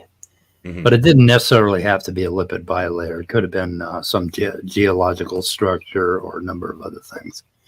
There's just a lot of possibilities. The thing is, we don't know, but we have a lot of Well, ideas. and maybe there are just a lot of possibilities, and that's actually the case. There are like many, you many, could have many had ways. convergence. Yeah, you Yeah. could have had a convergence of different trials and errors that kind of bumped into each other one day. Yeah. And we do know that it seems that some of the things that the cells became more diverse was because one cell swallowed a different kind of cell, and it didn't digest it. And they became like a symbiotic thing. And then if you get some replication going, maybe you could, carry on that diversity in the Oh, yeah. replication. So yeah, there's Once a lot it's of possibility. replicating, that's it. I actually wrote a book on that topic, Dave. Just look up my name on Amazon and you'll find it. I have that book. Oh, yeah? Yeah, how is it? It is large. A lot of books are. I mean, dang it all. Yeah, I a lot want to to say, I want to bust this Angela. book out in a few days, and it's like, yeah, that ain't gonna happen. I think it came out, about a year ago? I have No, a thought. in July. Oh, another one. Okay. Oh, that one was on A-Bio. What was the one you produced like a year and a half, 2 years ago? The big Well, one? the first I published Oh, was really? on the origin of life, abiogenesis, I think 2 years ago or so. But since then, I've published about 10 books or so. Yeah. Yeah. You're Yeah, you get a lot of you're under references. Otangelo Grasso, then. Yeah, you just search my name on Amazon, you'll find them. All right, well, there you go, everybody. You want to check out Otangelo's books? Go to Amazon and check them out. All right. Yep. All right, here we go next. or the beginning of life, not just human life. And I remember looking in science books Here we of go. the development of I man. doubt Now he over here remembers. is I this don't believe it. four-footed creature, right? No, oh no, On not all this. four. And then he's Oh, walking on God. his two hind legs. And then his forelegs got smaller. He's walking with a hunchback. It's And four then it legs. just keeps on going. What do you mean, 4 legs? 4 legs. A kid Oh, picking up a science book thinks that's it. Yeah, he said that. Now, again, we were speaking about this earlier. In grade school and in high school, you have should have a paid more attention. paragraph that covers these things, and these are He would've- generalizations. Yeah, this is not specific. You can get a phylogenetic tree and everything and stuff. You want to get more specifics. Bree was just showing a program the other day. They have programs now. You can go on there and you can click and click and click and click and click, and you can click down through all the species and back it back out to where everybody comes from, who's related to who, and everything. It's very big, very complex. I like the four-legged comment. Yeah, this is there is a longer version. Sorry, I couldn't fit it all in the but it does start out, yeah, they're down on all fours. Oh my gosh. it's a really cute picture. One of the problems is that first one on the way on the left, that is a modern chimpanzee. Right. So, yeah, Yeah. But it's that is what happened. yeah. But I think everybody saw this probably in school. There was posters on the walls and stuff. But once again though, this is not detailed in any way or something. This is just giving you a general idea of primates stood up and we became humans. That's all it's doing. Okay. Wasn't there at one point 100 different types of primates at one point? I believe it was 70. Yeah, living at the same time. Yeah. Literally, we were like a planet of the apes at one Yeah, point. human evolution is a mess. It went from 70 down to 7. So Mm-hmm. It's wild. to Back in think the about without it in 1960s, a atheist scientist, or archaeologist, I should or just say, scientist. said he'd found the missing link. A rockyologist? Yeah, he was an amateur archaeologist. He wasn't an archaeologist. And I'm sure he's talking about Piltdown Man. And yes, it was a fraud. Okay, these things happen. As anybody knows, throughout history, you have a lot of frauds because some people will sell snake oil to make a buck. Okay? Well, we didn't determine it was a fraud by praying about it. It was determined it was a fraud by science. Other scientists examined it and determined it was a fraud. So, this is an example of science checking each other. When you say they're just all in the yes man group or something like that, this is somebody presented this. So Kentucky Atheist is leaving, and I need him because I don't understand Kentucky. Because I swore he said rockyologist, not archaeologist. Did he say rockyologist? I don't. I think he was trying to think of the word. Yeah. We need Kentucky Atheist to give me a translation to Minnesota.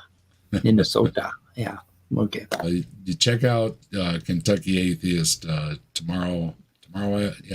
Saturday. Yeah, tomorrow afternoon, 2:00. Oh, okay. 2:00 my time. We're going on at 11. I promise. And Joe also has shows during the week too. Go check out the Kentucky Atheist. He's got a lot of good stuff. We're going to talk about some heavy philosophy tomorrow at 11. Piltdown Man wasn't the only hoax too, but again though, there are many other hominin species that they have skeletons for. Yeah, you can throw this one out even if it was real. We still have plenty of others. So, and he's going to go into this next one here, which is, I think it's hilarious. So here you go. Some of you old enough to remember, newspapers ran articles. He found the missing link. I don't remember that. About 10 years later, it was all brought forward that he created a fraud, but it didn't make all the newspapers. He took a jawbone from Africa, from the Middle East. He took some other bones, and he put together and he made the missing link. Yeah, he's doing a good job of showing how people can spread false information, just kind of like Christians do. And of course, the media always runs with clickbait headlines. When somebody says the missing link is found, they're going to run that headline. Yeah, especially back then. When it's disproved, it's not going to be on the front page. It never is. It's always on the back pages. It doesn't make sense to say that. What would be the missing link? Because there is no, like, everything is a link. You're a link. And as we know now, evolution is not a linear thing like links in a chain. It's branching like a bush. It goes in all kinds of branches. So he said, if you're old enough, you remember that they had it in the newspapers. It happened in 1912. Yeah. You'd have to be older than me. There's one lady in his church that's like 95. She's like, I remember that. No, she would have to be. We figured he's at least 80 because he said he remembered O'Hara in the trial, and that was what, 1960. So to read about Pilton and you would have had to be 120 years old. You think he's old? Just wait, he's going to get older because this thing came out like the turn of the century. So get ready for this. You imagine how they just twist reality around. It's fine. Just let him have it. I'm leaving the stream. Thank you, Dave. All right, Otangelo. Thanks for stopping by. I'm sorry that we bored you, Otangelo. Sorry we didn't get to argue. Next time we'll argue, but I'm not argumentative tonight. We had a good night. We were in agreement with Otangelo. So this is a good stream. Thanks, Otangelo. Bye-bye, guys. See ya. Can you imagine how wrinkly your balls would have to be around in 1912? Yeah, well, that's this next thing he's going to mention here. So take a listen. You heard the Cardiff Man? Cardiff Man. Nobody's heard of the Cardiff Man? I have. Nope. I hadn't. Well, it was such a big deal. My parents took me to see him. They found him in a cornfield in New York State. Now, again, his parents took him to see it. Now, I'm hoping that he went to see it more recent than in 1868 and 1869. No scientist ever believed this bullshit, right? It was in P.T. Barnum's circus and everything, and it still is, as you'll see. I have the note coming up here. So it's been a freak show, but he thinks this is another missing link that was disproved or something, and it's like it's just so terrible. Here we go. He was 8 feet long. Oh my God. Actually, it was 10 feet. Stone. 10 foot 3 meters. And they said he was petrified. Oh, wow. Oh, wait a minute. I paused too soon. That's him pausing, not me. They don't display the Cardiff Man anymore. The man that carved him admitted it and died. So, he's having another good laugh. Isn't that kind of like, you remember those dinosaur pictures on the little figures, the pots from South America? That were supposed to be Inca ones, yeah. Right. And the guy that carved them or created them basically admitted it. Isn't this exactly the same thing? Well, this is one of those things where if you leave loose ends in a conspiracy theory, and we all know what loose ends are in a lot of the movies, right? These people disappear because somebody's going to blab, right? Yeah. Well, that was the problem here. He hired this person to say, hey, don't tell anybody that you're digging this stone out of the ground for me, which obviously some people know about this big stone being dug out of the ground. Then he transported it across the country, and he hired somebody to carve it with, again, don't tell anybody, right? And when you're doing this all down the line, well, of course, some people are telling other people. They're like, hey, what are you doing in your garage? I'm carving this big statue for this guy. You know what I mean?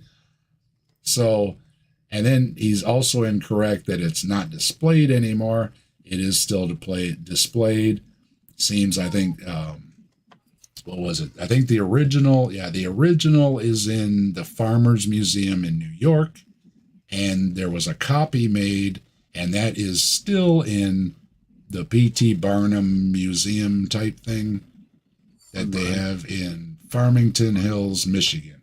So it's still on display, Pastor. You can still go see it. It's still a statue.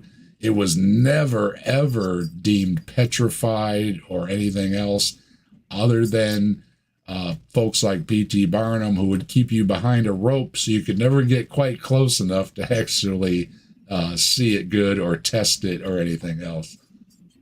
So, no, it was a sideshow Fiji mermaid. I've seen a jackalope before. The jackalope, yeah. Chewbacca. And the point is that we abandoned these scams, right? But they're still supporting their scam about the dinosaurs being, right, the Incas. And this thing didn't do well, okay? It did really poorly. When they first displayed it, everybody just said, "You got to be kidding me." It was a big disaster. It was a total flop. He didn't fool anybody. And it says that, this publisher bought it later to adorn his basement rompus room as a coffee table and a conversation piece. That's how well it did. Somebody just put it in their basement until P.T. Barnum got a hold of it and stuff. Yeah, that's how bad. What the hell is this thing over here? That's a weird statue. They're like, it was apparently trotted around as a human. It doesn't debunk evolution. It was never a missing link or anything like that. They're like, look at this fraud. Not even close. Yeah, but all the evolution. I'm not sure. All the scientists were so excited because this proved that man evolved to be from giant creatures in New York. And I don't even know where he got this from. I understand 120 years ago. I understand where he gets Piltdown Man or any of this other stuff because it runs around all the creationist sites and everything and stuff. But this doesn't. You know where this runs around in? This runs around in my other area of videos. Is in the cryptid areas and stuff like that. That's where this runs around. This isn't even in the creationist stuff. So but they love that cryptid stuff. Like when I was I remember when I was religious, I loved the cryptid stuff. This is like L.A. Marzulli stuff. Okay, this isn't even creationist stuff. So he must have been really desperate when all he could find was Piltdown Man.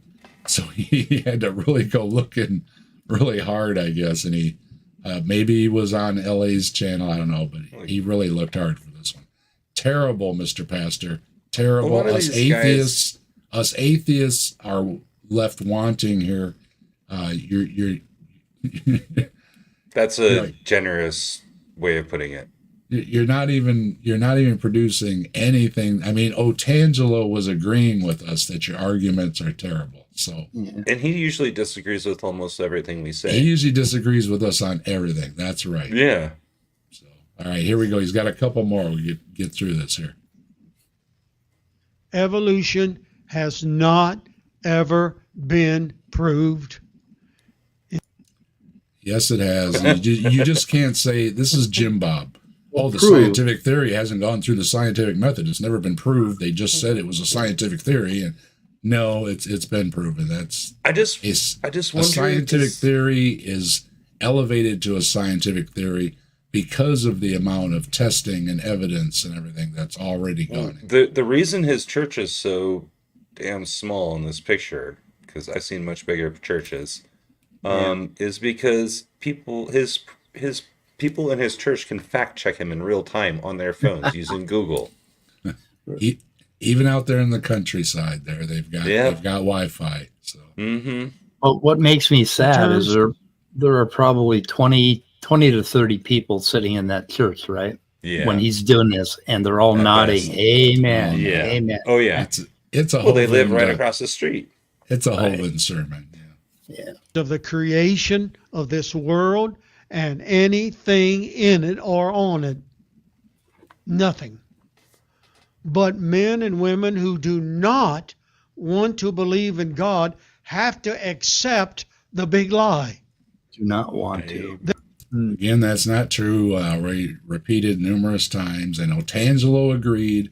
Religious people can do good science. And if you do evolutionary biology science and you go to church on Sunday, which many people do, like was mentioned in the chat earlier, Mary Schweitzer, she's a paleontologist. Awesome. She used to be a young earth creationist, but when she did a little more science and learned a little more, she realized the earth cannot be 6,000 years old. You know what's cool while about her? At the same time, she didn't lose her faith. She's still a Christian. Yeah.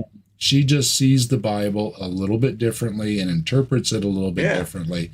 As was pointed out, so do the 45,000 denominations of Christianity. Read it just a little bit differently, and they're all still Christians. I remember when Dr. Mary Schweitzer came onto the scene, and I remember watching her in like 4 or 5 different streams, and she was like, I am so sick of these creationists misrepresenting my my studies. That's why I'm here doing this, so it can be on the record. I have her video clip in a couple of my videos now. Yeah. So yeah, you can go check them out. Yeah, she's Mary awesome. herself. I bet she would probably even come on and talk to us if she you emailed her. Well, she was on. She might not want to these days, but she would have like 10 she years ago. She was on with McRae and Paula G and a whole panel, and then she came on Paula Gia's channel, and she's been on a few other places. So, and she's awesome. She did an interview on BioLogos too. If you want a good interview, just look up BioLogos Mary Schweitzer. It's a great interview, well, and she also says in it that the creationists are misrepresenting her research. If you want a good example of like an honest Christian, she's one. Yeah.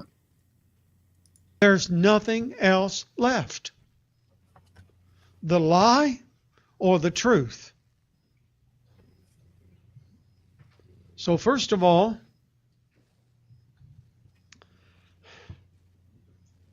man. Dramatic. Yeah, because he's projecting. Pause. It's projecting. He has a coughing spell too. You know, I think he might be a little winded. I think he's falling asleep occasionally. I think he's a little, his age and maybe he's a little bigger gentleman. Maybe he seems a little winded. So, and like I say, I cut out some of the coughing some jumping jacks before he got up there. Well, you know, the coughing. Now sometimes a cough or a sneeze will get you, but most of the time, if you feel it coming on, it takes just this matter of click to mute your microphone, right? Or edit it out afterwards, you know, please, you know. But yeah, so I cut out a lot of the pauses. So he's just recording his sermon and uploading it. He doesn't have time for the editing. I apologize. I didn't get them all. I would have been editing it. Man, I would still be editing out all the pauses. Okay. That church looks like the hometown that my wife grew up in. It's a tiny town. You see them everywhere. Yep. They're small, right? Yeah, where I come from. Yep. Where I come from, there's a whole bunch of those that are abandoned. Mm-hmm. You know. Yeah. They look the same. Dude, there's a logging town. I remember a teacher telling me, I think it was a teacher telling me that her students in class, as they were studying evolution, said, you know, if we evolved the same way monkeys did, then that means a mouse evolved the same way we did. Naturally. And the mosquito that bit me yesterday evolved the same way, but he didn't get evolved enough to get where I am. Oh, that's not misunderstanding of evolution. Wait a minute. Did he just admit that monkeys evolved or something? I don't know. Yeah. Well, no, he said if monkeys evolved the same way we did, and if mosquitoes evolved the way they did, then they didn't. They were looking at. This comes from like racism. Yeah, right? He vetted in. He don't have any branches in his tree. Okay, he's got. He's got anthropism. These you know, we're the pinnacle of evolution. You know. Yeah, it's actually just a racist talking point, though. And mosquitoes, don't they go back to the dinosaurs? Yeah, they've been around a lot longer than most. I think I imagine. Yeah, they find really old insects, right? So I think cats they're are pretty. pinnacle. Yeah. Now, see, I feel a little cough, so this is what you do. You mute. You hit mute like that, see, and then nobody had to hear it. Right? Excuse me, too. Yeah, but yeah, total lack of understanding that mosquitoes are really good at being mosquitoes. One I often point out is worms are one of the oldest life forms on this planet. Nematodes are everywhere. Literally, they are on you right now. They are in you right now. They're all over everything around you. They're very successful at being a very simple worm. Yeah, where I'm from. They have no reason to become anything else. They are great at being worms, and mosquitoes are good at being mosquitoes. Monkeys are good at being monkeys. Cows are good at being cows, etc. Yeah, That's it's like you want to go. Okay, you go swing around in the trees. Good at being a kitty cat. It's the pinnacle of evolution. Even though I don't know how cats survive when they barf all the time, but it's a true mystery to the animal world. That's how they survive. I don't even think I've seen my cat puke ever. Actually, maybe once. You know, we've got our cat toilet trained, so we don't do the litter box or anything. It's pretty good. That's nice. Really? But yeah, you know, she can't hit a hardwood floor or anything. Or the tiled floor. No, it's got to be the carpet every damn time. Yeah, of course. She's like, This is Thor. This is And Thor. that Hi, Thor. hey, buddy. said, And my comment was, if this student stood up and said all this, I would say, Johnny, you need to sit down and pay attention, okay? Mm-hmm. Because you missed something, or see me after class and I'll explain it to you. I'm no more valuable than the mosquito. That's right. Mosquitoes are very valuable. They're a food source for a lot of species. They do carry disease. They have, obviously they're a pest when you're trying to enjoy yourself outside, but they play a vital role in the ecosystem. Like it or not, we need mosquitoes, right? Yep. The fish and everything else, the birds, the bats. Bats love them. Man. Yeah. Are they pollinators too? Are mosquitoes pollinators? I don't think so. No. There's like cactus or something that they might pollinate. There's through like the scent that they give up. And there may have been some plants that I don't know. They pollinate a lot of germs from one enamel to the other. There you go. Yeah, they do. Yeah, they're disease. I mean, Disease mosquitoes vectors. are awful, dude. But this If is you live always the somewhere where thing. mosquitoes are bad, it's not fun. Those darn wolves, let's get rid of them, or the coyotes or whatever. And then it's like, oh, geez, the rabbits ate all my crops. And it's like, you missed the wolves now, don't you? You know, so. But they don't know, but they could also play a role in immune systems, in immunizing animals by actually passing disease. So, I mean, passing disease is not always a negative thing. You know, and, Right. and Weren't sometimes weren't they doing something inoculation. with the mosquitoes when the what was that, the ziti or whatever was going? What was that thing? tsetse fly? I don't know.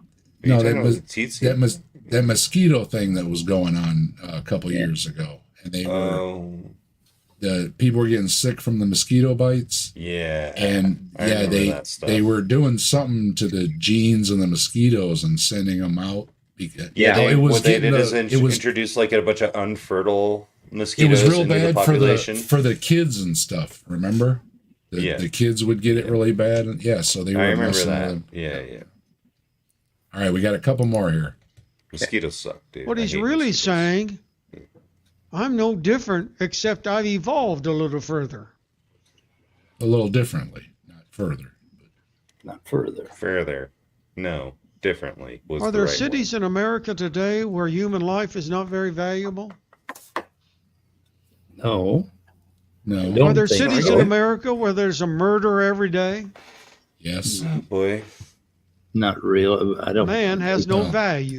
In bigger city, more like states and stuff, it'll work out. Yeah, to there's maybe one a day or something. Yeah. murders. I live in a pretty big city. Murders are pretty rare. Yeah, I live close to Murderapolis, in Murderapolis, Minnesota, and I think we get about maybe one every 5, maybe one a week or every 3 days. I don't know. We had one. But this is a bad argument, anyways, because there was obviously a murder problem when God decided to tell people, "Do not murder," right? I'm pretty sure the guys that are downtown Minneapolis shooting each other aren't really educated in evolution. Well, I'm pretty sure that people weren't always not murdering each other before Christianity. So it's just a bad argument to say, well, there's bad people, and it's like, well, there's a lot of Christians in jail. Well, what are you going to do with that argument, right? The majority of the population in the U.S. are Christians. Yep. So they outweigh percentage-wise. There's more Christians in prison than atheists. Well, by the numbers, anything that they're going to bring up, if it's crimes, well, by the odds, it's probably somebody that's a Christian. You may say they're no true Scotsmen or whatever and stuff, but they'll say, I go to church every Sunday, and I held up a bank on Wednesday, right? Yep. So it's just bad, and it goes down the line. Abortions. Well, who do you think's getting most of the abortions, right? Any of these issues, you can go down the line, and it's going to be in a majority population where they're almost all Christians. They're probably the ones messing up, which doesn't lend to the argument that if you are Christian, that you're somehow behaving better or anything. It doesn't add up. Yeah, no, it does. It never does. Think about that. We just did. I remember a teacher telling me, I think it was a teacher telling me that her students in class, as they were studying evolution, here it goes, said, if we evolved the same way monkeys did, then that means a mouse evolved the same way we did. The same way mice did. And the mosquito that bit me yesterday evolved the same way, but he didn't get evolved enough. Oh, they all evolved. He's got it kind of right. They all evolved, but they all evolved differently. Yeah. To get where I am. And that student said, I'm no more valuable than the mosquito. In the grand scheme of things, we are all part of an ecosystem. The problem is, because we've become so advanced in technology and everything, we mess up ecosystems. I think we should call child services on that kid's parents. Yeah, there was a time where we were on the menu too. Okay, we're not on the menu so much anymore unless you just go down the wrong trail and run into the wrong bear or lion or something. But even in most of those cases, they usually run off. The person doesn't get killed. So it's a rare thing that people are even on the menu anymore. But it's because of where we're at. It wasn't too long ago you were on the menu. So. What he's really saying, I'm no different, except I've evolved a little further. Exactly. We just have the technology to mess up the environment, but we're no better than anything else because, as we were just pointing out, you mess with the ecosystem and it can affect you really bad. Like I said, it's nice when you can go to the store and get your vegetables, but when you're growing them yourself and that's what you're relying on, and you shot all the predators, and now the rabbits or the rodents or whatever it is that's getting into your stuff destroys your crops, it's a major issue when comes wintertime and you don't have nothing in your root cellar. Yeah. But that little kid that decided he's not more valuable than a mosquito has also been told by this same pastor probably that he suffers from original sin and that he's a sinner and he's imperfect and he's nothing better than a dirty rag. Yeah. Dirty rag, right? And he's going to roast in hell if he doesn't mend his ways right now and just do something different. And maybe that's why the kid thought he was more, but then looking at this church, I'm guessing all around it are meth labs. That's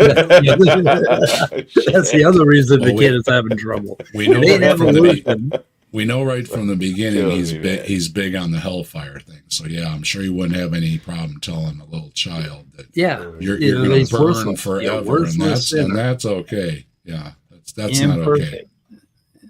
And that his life is nothing. It's just a blip, man, compared to eternity. I mean, I don't understand how they can do this to children and nobody calls child services.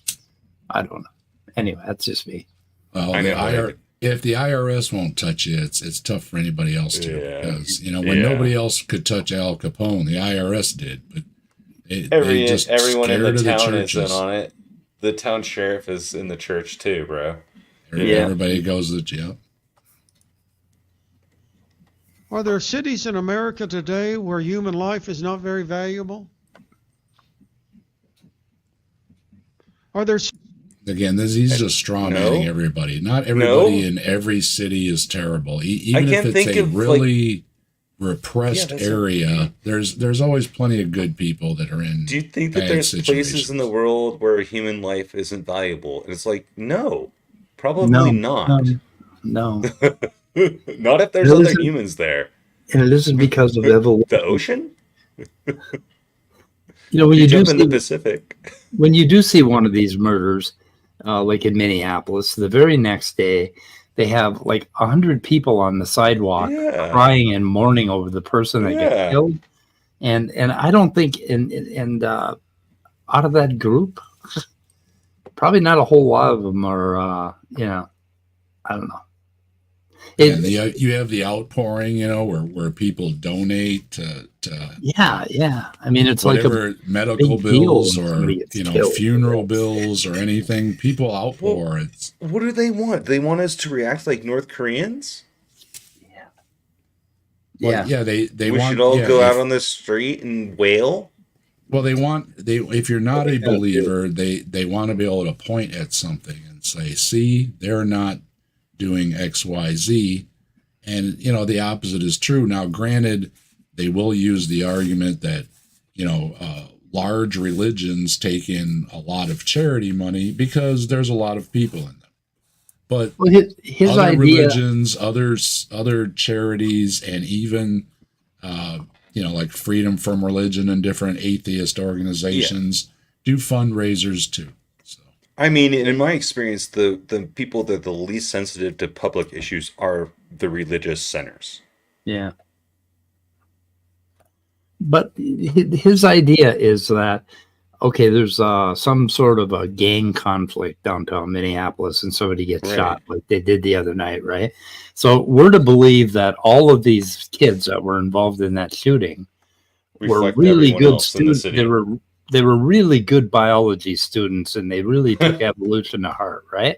You think that's what it was? I don't think that's what it was. They were just deceived by evolution. Yeah, they didn't have the good education because, as it's been shown over and over, young people that get a good education, including things like health classes and sex ed classes, shoot each other on down the line, everything. Yeah. They have less unwanted pregnancies. Yeah. They go on to more higher education. What's that? What is that? Wow, what was that? It was a demon. It was a demon. Oh, you finally got one. I guess they found me. Would you do that? When did you conjure the demon? Last year or the year before? Finally showed up. I did a couple streams last October. So. And speaking of, oh, there he is. What the heck? Picking up really something. Weird. Somebody's broadcast. Was that even while I was muted? Because I muted myself. Yeah. Wow. No, it's like I'm picking up a radio wave. Yeah, it's definitely you, Dave. Yeah. Let make clothes. I heard it's like you're hearing it's coming in through your headphones maybe, and then it's coming in at like a delay. I don't know. Strange. There's something weird going on because, I've got my different lights and everything and all my things. And so they cross wire on Bluetooth. When I turn on my TV, my one light comes on and then it changes colors too. And it's, that's fun. And then every once in a while I'm just sitting here and one of the things will just come on. So I'm thinking the neighbors got the same issue where they've got so many things now that the frequency numbers or whatever the number is they're using cross over, so I might just be picking up something. If you use like Bluetooth or anything, just like reset it. I'm hardwired. Everything's hardwired. All right. Well, that shouldn't. I don't know why it's picking anything up other than maybe it's the fillings in my teeth. Yeah. No, I heard my voice before a little bit through your headphones. I thought, or like when you did something. That's probably something. I'm guessing more. We just got a feedback. Yeah, I think it was just feedback through your headphones, but it sounds muffled because your headphones are very muffled. Yeah, but I wanted to say, I'm trying to think of some Halloween stuff, so I got me a voodoo book here. Oh, nice. Yeah. Maybe we'll do some of this for Halloween. So I'm thinking on it. So I'm gonna listen to lots of Rastafarian music, and we'll try. I'll braid my hair and we'll get some chicken bones out and we'll see what we can do. So dude, I'm trying to think of something few for Rastafarians, man. Those guys are kind of hardcore. Some of them. Yeah, I am trying to think of something for Halloween though. So they're into it's in the works. So we'll see. All right, but let's finish this one up first. Cities in America where there's a murder every day. Are there cities in America where most of the murderers are young folks? There's no God. Secondary consequence to that. Might makes right. If I can do it. Isn't that what he believes? Might makes right. Yeah, might makes. It's pretty much a religious idea. Yeah, it's always projection. It's always confession. And again, it's trying to push social Darwinism or something. And every accusation from these people is a confession. It's always that way. He seems to have just these tidbits of these things. In these arguments from the creationists or whoever he's getting them from. But yeah, like he mentioned earlier, I should have wrote it down. Yes, sir. I would recommend you write these things down because you only have a word or two maybe that are correct and everything else is messed up. It's the famous physicist talking to Deepak Chopra when he said, oh yeah. I know all the words you're using, but not the way you're using them in a sentence. So, I understand some of the words he's using, but I don't think he has any idea. If I was the physicist, I would have just been like, so you're pretending you know things you don't know? Is that what you're saying? Like, because that's what it sounds like you're fucking saying. Oh, sorry. Yep. Sorry. We're going to finish off here. He's almost okay. Done. Finish off. If I know what the state of Ohio is going to do to me because of what I've done, I'll kill myself. How's that still in there? What did he say? He said he would kill himself, apparently. Why? That was supposed to be clipped out. That's the part I was trying to clip out. Anyway, he didn't say it all, so I caught it in time. It sounds like he's about to say something that I don't want to hear, so I'm going to make sure that it's skip over there. He basically is saying, he's going to repeat it here again, so that's why I cut it out. Is that you don't face any consequences in the grand scheme of things. Yeah, you can just do whatever you want and get away with it because when you die, it's over. Mm-hmm. In God, we have some responsibilities. Okay?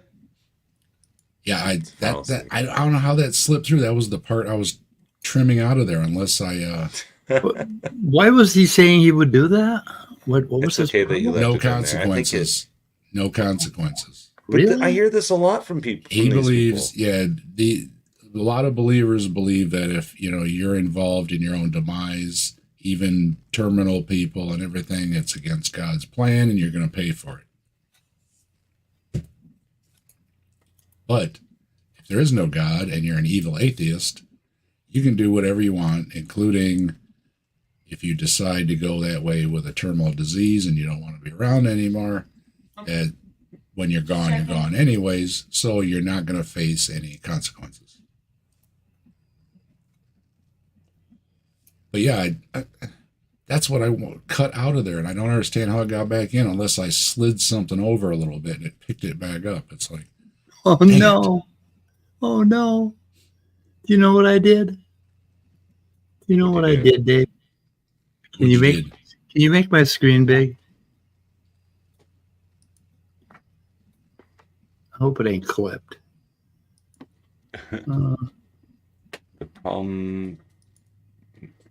Okay. Oh, So- down, man. So I went and said, ChatGPT. give me a good sermon on the evils of evolution and use some examples of archaeological hoaxes. And here he came up with the Piltdown Man, the Cardiff Giant, and Archaeoraptor. Oh, may- so he just did maybe exactly what that's- ChatGPT told him to do? Yeah, because I was thinking, he lives down under that church there, and he's alone all week, and he's old, and his life is meaningless, and he's about to die, and he's got to do a damn sermon on Sunday, right? So he's got ChatGPT. Okay, wow. Oh, wow. Okay, well there we go. That's where he got the Cardiff Man. Of course, Yeah. see, he said he went to see it There you though go. too. Anyway, He went to see the So- Cardiff. It's Yeah. Cardiff Giant. It's That's Cardiff Man. hilarious. Either way, yeah. anyway, So I wonder where he went to see it. I'm pretty sure ChatGPT isn't going along with what I asked it to do. Well, Rather he was giving the impression that when he went to, his parents took him to see it Right. because it was all the rage. No, it was all the rage in like 1890 or something like that. It just is in, like I say, the PT museum and stuff. So it wasn't all the rage. I think ChatGPT, Unless he's 150 years old. He right? just meant his parents saw it at one point, so it was all the rage for them. Maybe. Yeah. Rather than viewing science and faith as opposing forces. Okay, I don't think ChatGPT really gave me the sermon I wanted. It's kind of saying, let's knock it off with. Yeah, Kidding. ChatGPT is it did. definitely more reasonable than I'm irrational. Usually, it's Like, like more so that I want to know how it's associating the Cardiff Man. Okay, Like you I say, can. I've never heard that from any of the creationists. I don't know. It got it. Maybe it got it from him. I try to tell ChatGPT to be like meaner because it's always way too nice in the way You it can- words things. I'm like, can you say it like in like you're trying to slam on someone? Come on, give me some Yeah. gusto. No, But it's I don't know always how nice. to like prompt it properly. You know, it's tough. I know. I'm having trouble getting it to do parodies and things like that. So I really want something that isn't restricted. That Yeah. isn't. Hello to Demon Scourge. Demon Scourge.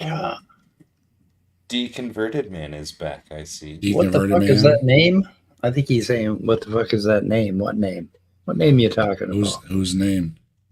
I don't know. I don't see any names that might raise questions on this chat or on this particular stream. Deconverted Man had to fuel himself. Oh, up. wrinkly Look old out. balls, He's full maybe? of calories. Maybe. Yes, this is Saturday night at the Atheists here, Demon. Okay, here he goes. This is he's got a couple of good ones to wrap it up here. I'm assuming everyone in this room is a believer that there's a God, Not in this room. Nope. and we have responsibilities You lost. because we believe. The first responsibility we have is to acknowledge our belief. Okay. Good for you, I think- buddy. I guess Gotta it was pause. Kathy told me that some students in Belleville Elementary School, or Clearfield, whatever they call it now, this past year or maybe last year. The teacher was talking about evolution, and some of the little children spoke up and said, "We don't believe that. We believe in God." Yeah. Somebody has taught them. And I'm reusing this picture from one of my videos, or video thumbnails on Somebody has taught him. Ken Ham writing a book to children about some bad science information. And They've been taught him. I wonder who taught him to stand up in class and interrupt class and say, that's a lie. And that's exactly what Ken Ham teaches rooms full of children to do. This is what he does. Stand up and say, you're not telling the truth, you're lying, or his classic, were you there? This is what they want. They want them to stand up and interrupt class, not learn anything. Yeah. And there he is. Here he is. There's the dirty rotten right here. Not you, deconverted man. Although you're about as furry. I'm totally you're about as furry. Rotten. You're about as furry. No, I come in. He can be bold. There's the dirty rotten right here. But when he says somebody told him to interrupt classes, here's the guy doing it right here. Yeah. So step one is acknowledge our belief. Okay. Yeah, you guys have a belief. I acknowledge that. And what's the next step? Are there 12 steps? There are more. Three. He's got three, but he's going to repeat number one here. Oh, okay. Yeah, I love that. Okay, hang on a second, though. He doxed himself. So Bellevue Elementary School is in Hattiesburg, Mississippi. I am so shocked that it came out of Mississippi. Yeah, no way. No way. Well, somebody told him, Mike. Somebody, who was it? Sally or Susie told him so. Yeah. Oh my goodness. Yeah. But more importantly, folks, they spoke up. Our responsibility as believers is to speak up our faith. Would it also be part of your faith to teach your children not to be rude? Yeah, to teach your children. That when you're in school, mouth closed, are you trying ears to repress open. My religious beliefs? Unless you I need to regurgitate my ignorance.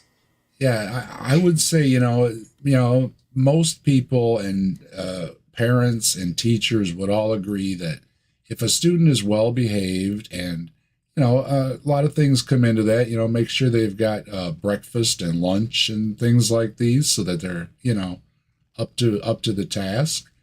But I don't see what the problem is of teaching your children like basic manners like this. No, you're at school to learn, not interrupt class.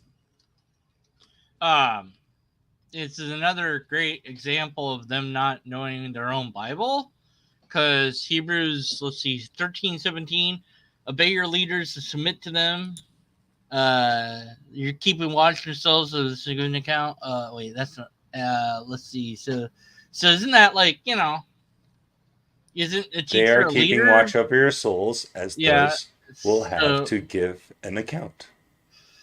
Then again, Proverbs 5:13 does say, I would not obey my teachers or turn my ear to my instructors. So you could, do it either way. Wasn't Jesus also called a teacher, though? Well, but he was, that's a capital T. Yeah. See, we don't like lowercase t's because that's what they sacrificed them on. I mean, as Aaron Ross says, it's the big book of multiple choice, right?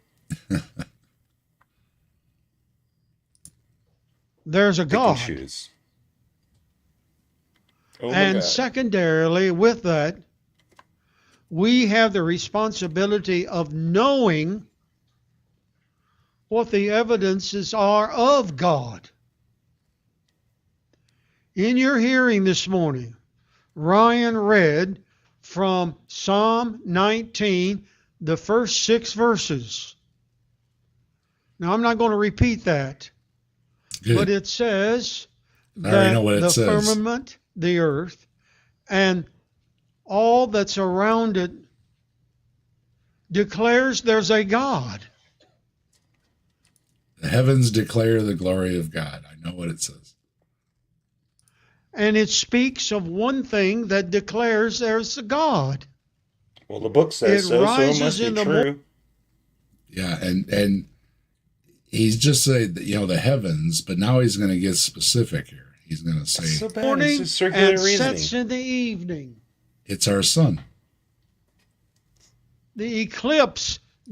Now here, Oh god. this must have triggered it. This was right after the eclipse or Yeah. something. So Wait, yeah. Oh, and I Oh, okay. read that we're gaining an extra moon for a while. So Yeah, I'm pretty sure there's 2 going to be months. some prophecies for that. There's going to be Yeah. like, oh my god, another moon! Ah! for 2 months, an asteroid got captured by the Earth Moon thing, Did we miss that already? and then it's going to hang It's on for it's 2 coming up. months, and then it's going to be let loose again and set off. And if I whatever see that thing in trajectory the it sky, goes. I'm running for the hills. I guess it's pretty small. So Yeah. Are we it's going to not- be able to see it in the sky? Aw. No. I didn't get that far, but if it's doesn't really count as small, the probably moon. not. The hills ain't gonna help you. Yeah, no, it's really small rock, but it's But still what pretty is neat it made? Is it made out of wormwood? That's really important for. though. I would say check L.A. Marzulli. He's usually on these kind of things. Wormwood. Everything's a sign. He was just doing something about the red heifer and all that. So everything's a sign. So I'm with you. Oh, dude. Somebody will be saying it's a sign of something. Dave, have you ever seen the dude that thinks like everything's phallic? That thinks like he talks about like the Denver airport and stuff, where he sees like penises everywhere. Well, that mud fossil guys and everything do that. That's why I said I can never watch Maya's channel the same again ever since he was doing. There's one dude the that's caves are all- obsessed with penises. He sees them these- everywhere. He sees caves as vaginas. Yeah. Okay. Yeah. Yeah, I don't know if it's the same mud, dude. It's probably a mud fossler because Mud they're pretty. fossil guy, man. He's Yeah, awesome. They yeah. see everything that's a rock. They see something in. So yeah. Doesn't So that funny. doesn't that all prove God because you can't have a vagina without a vagina? Supposedly, but when Vagina. you think about it, though, here's what they're talking. They're talking about these giants. So Okay, now they're talking about giants. All right, Yeah. they're talking about fish that are as big as an ocean. They're Right. talking about a dragon that's as big as the Rocky Mountains. Yeah, it's it's really silly. just one dragon. Okay, so and then you have giant people, and the trees were as big as what do you call it, Devil's Tower and everything, because those are all fossilized tree stumps, right? Look So at now the start trees! adding this stuff up, and you'd have about 2 trees, 2 fish, 2 dragons, and a dozen people, and that's all that could fit on the whole planet. Wow, I mean, you know what I mean? It's just, the planet was bigger back then.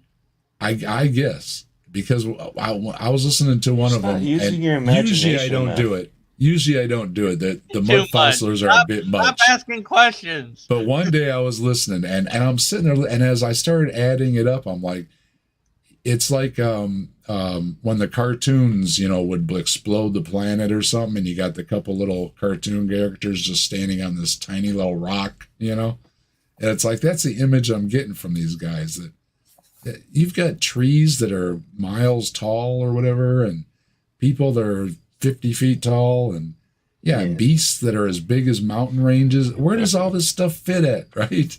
And what does it Yeah. eat? I mean, if the dragon eats the 2 fish, you're kind of done, right? I mean, there were some pretty big dinosaurs. Yeah. We have big like whales. The blue whales. Not are even pretty not big. even close. Those would be crumbs, be ants underfoot. It's just going. Yeah, The the blue more whale's they just go. a sardine. But anyway, let's finish this. We don't need to do All mud right. fossilers too. This We'll do crazy some guy. mud fossilers maybe like on a New Year's stream or something for fun. Yeah, I'll have to find the one I'm thinking there's of. a God. Send you a link. There's a God. It's I've look never at the heard The trees. creation declare anything. around this world declares there's a maker. Yes, creation requires a creator. Yes. We say look at the trees, or like Deconverted Man and I did in a video from with Frank Turek and Farmer Josh. Look at the dimes. Look at the dimes. Look at the dimes. Can't be. Look at the probabilities with all these dimes. Sometimes evolutionists say there was a big explosion. It's called the Big Bang Theory and all of that. Yeah. When the sun blew up Sometimes. and all of that. And Only the evolutionists say this. When the sun blew up. And there was a big bang. It means an explosion. The Big Bang was when the sun blew up. It's not Did like he say 90%. that? Wait, he didn't say that, did he? Yes, he did. Listen. He did? Oh, yeah. I've watched Dude. this a bunch of times. Yeah. He also said that apes walked on 4 legs. Yeah. Yeah, listen. So. the creation around this world declares there's a maker. Sometimes evolutionists say there was a big explosion. It's called the Big Bang Theory and all of that. When the sun blew up and all of that. And No, he did. He said, yeah. No, When the sun blew up. Save me. I didn't know that evolutionists said that. I'm kind of skeptical of evolutionists now. This is a Hovind tactic where he says cosmic evolution, chemical evolution, all these. No, that when you're talking about the theory of evolution, you're talking about the theory of evolution in biology. It's not cosmology or astronomy or physics or whatever level this is getting to here. I believe that isn't his tactic to conflate the different evolution to different things, like they'll say, oh, there's an evolution in the universe, an evolution here, and everything. It's like, yeah, but also no, because it's shared among the creationist organizations. So anywhere he's getting it from, he probably heard it. Yeah, I was going to say, it's just like when they conflate belief with knowledge. It's no different. It's the same thing. Has he said amen yet? He will. Almost. You don't dare ask, where did the sun come from? That's stupid, they'll tell you. You're stupid. The answer they'll give you is, it's always been there. Wait, again. Wait. This is the sun has always been there? This comes right up on the Google. Stars are formed when large, cold clouds of gas and dust in space, called molecular clouds, collapse under their own gravity, causing dense regions within the cloud to contract and heat up until nuclear fusion begins, marking the birth of a star. This process often happens in clusters, with multiple stars forming from the same cloud, and is referred to as a stellar nursery. And if you want to see these stellar nurseries, Hubble has taken pictures of them. So when Mr. Hawaiian Shirt James Webb guy is says, taking even better pictures of them. I'm sure when the Hawaiian Shirt guy says we see stars blow up, but we never see them born, we see them being born in these stellar nurseries. Yeah, he's full of crap. He's not even in alignment with the creationists online, because I looked up evolutionists say the sun was always there. And so we've got creation versus evolution from Goshen College saying evolutionists believe that the earth is much older than the Bible, blah, blah, blah, blah, blah. It doesn't say anything about the sun there, so I guess that's not relevant. Evolutionists believe, this is from creation.com, believe that our solar system formed from a cloud of dust and gas 4.5 billion years ago. Our solar system didn't form from a cloud of dust 4.54 billion years ago. So they even get that, but he can't even get close to the wrongness that they also have, because they're wrong about the word evolutionist. That's a made-up word. What I looked up was you get about a couple 100 million years between the star lighting up and then everything else starts forming into planets, which is relatively quick. So yeah, and I don't know when our solar system. The planets and the sun are almost the same age. It's close enough that it had the planets happen. Now, of course, they're molten and everything, and you got to add more millions of years. Oh, it is okay. But So it's just a few 100 million years, so close enough. The solar system and the sun are about the same age. oh yeah, about 4.6 billion years for the solar system. Yep. I was thinking, yeah, and then of course the universe itself is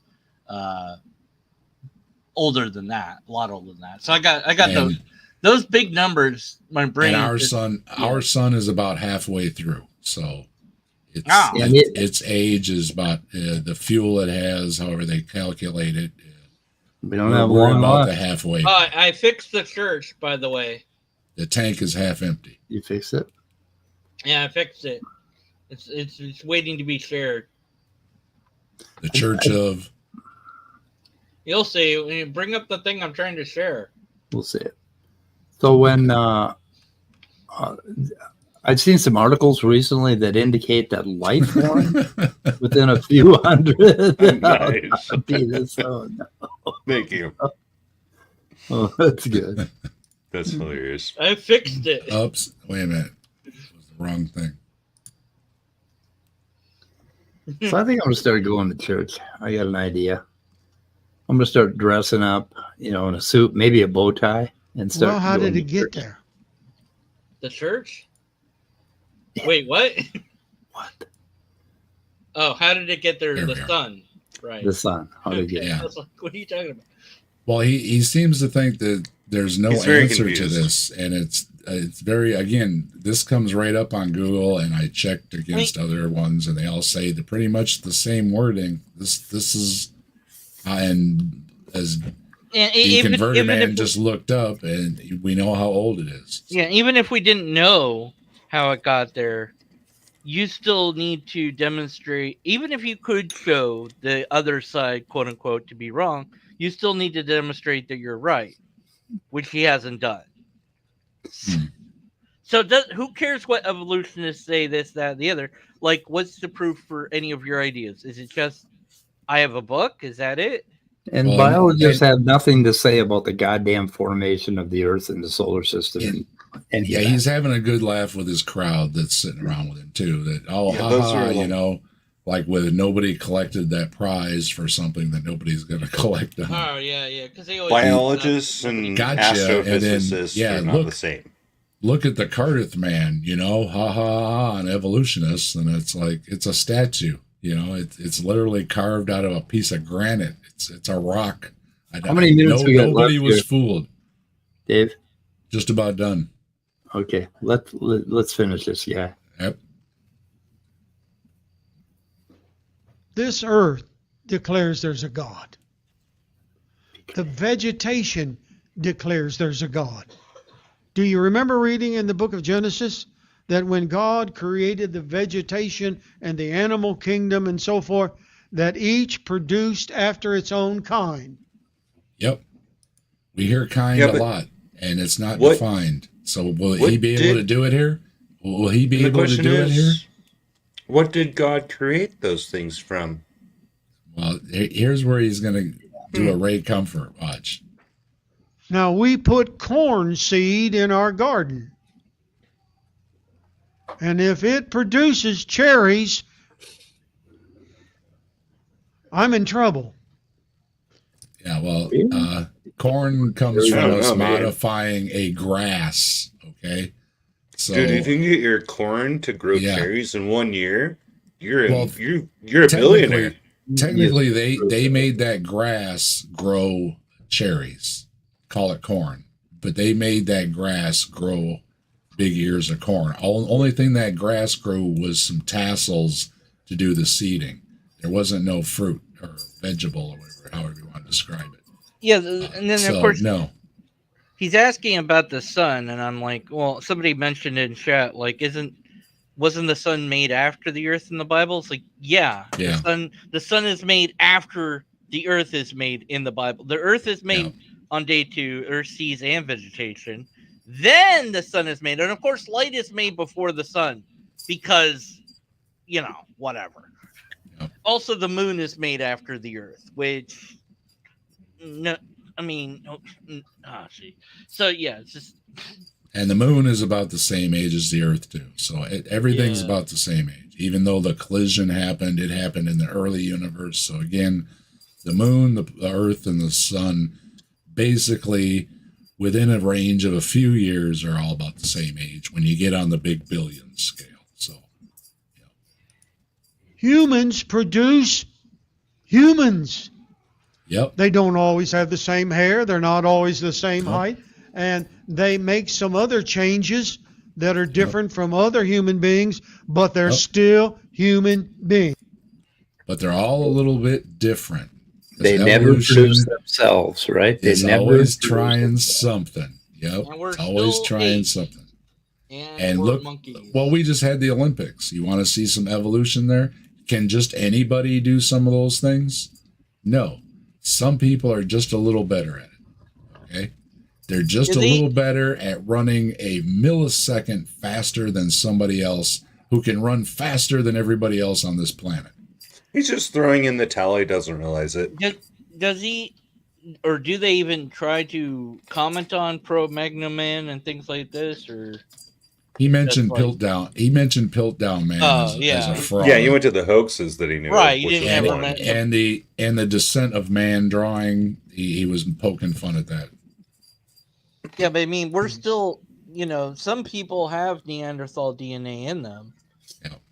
So, Well, the question is 2%, what I he's think. doing an honest evaluation of the evidence, or is he just saying, "Hey, the Bible says this, so therefore we no, should of course believe it"? not. He's just a poor study, and he's really lazy at looking things up, which Yeah. really irritates me in this day and age, because what I tried to point out with putting my little notes up on the screen here, it didn't take me much effort to look something up to see.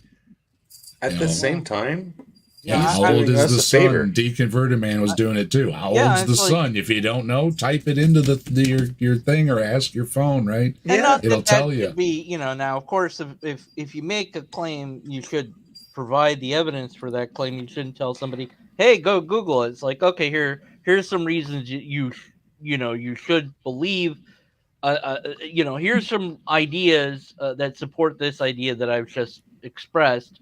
And, if you want further information, here's some more resources, blah, blah, blah, Hello, Simos. Good to see what's you. up, Simus?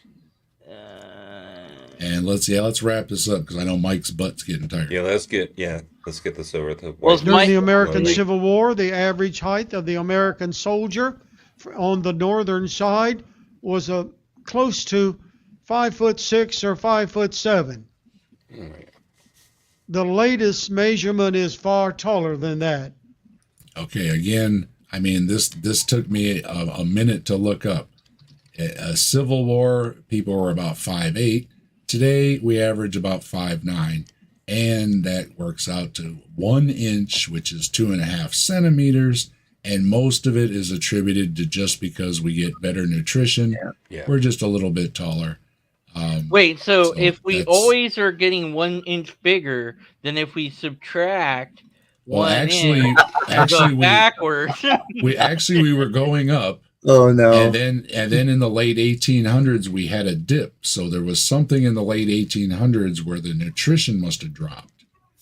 And then it Isn't picked that back the, up again. Black So there was Plague? actually a dip in nutrition around the time of the Civil War, which kind of makes sense, because if the country was all at war, people probably weren't making their usual nice meals. You know what I Wait. mean? I'm going with Deconverted Man's theory here that if we Yeah, subtract an inch for every Right. This is how they would do this. They would You take do 150 family, years. Family Guy And Jesus. that's where the whole thing about man coexisting with dinosaurs came from, because frogs and lizards were Of like course. 50 times as big as man, Yeah, right? yeah. Only Oh, you know we what? shrunk. We didn't. And that nothing else. AIG conference I told you about, Mike, that some bones or whatever it is they just had, 7.5 hours long. Yeah. The one That sounds dude awful. actually said that no, you can't grow lizards to be giants and call them dinosaurs. Well, he admitted It's it. that- Cool. He actually said, I was like, Wow, I hope Hovind didn't hear that because he ain't gonna like hearing that. But that, he He's not actually gonna like said, that at all. yeah, you cannot just blow up a lizard into a dinosaur. I was like, I was impressed. Everything else was wrong, but he got that part right.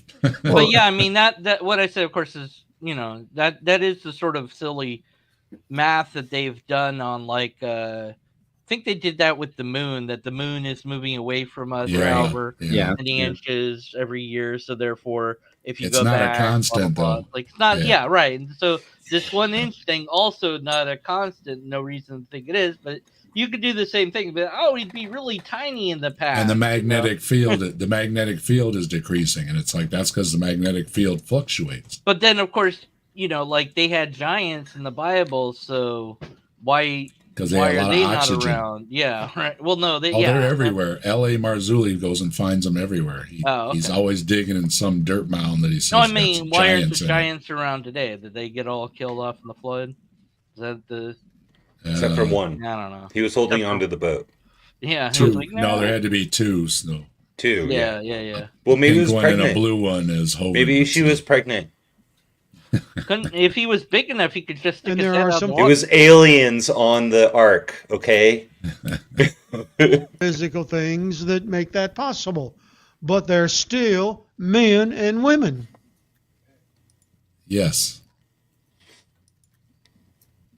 So first of all. So there you go, Deacon Verman. Here's the ending. So confused. Now.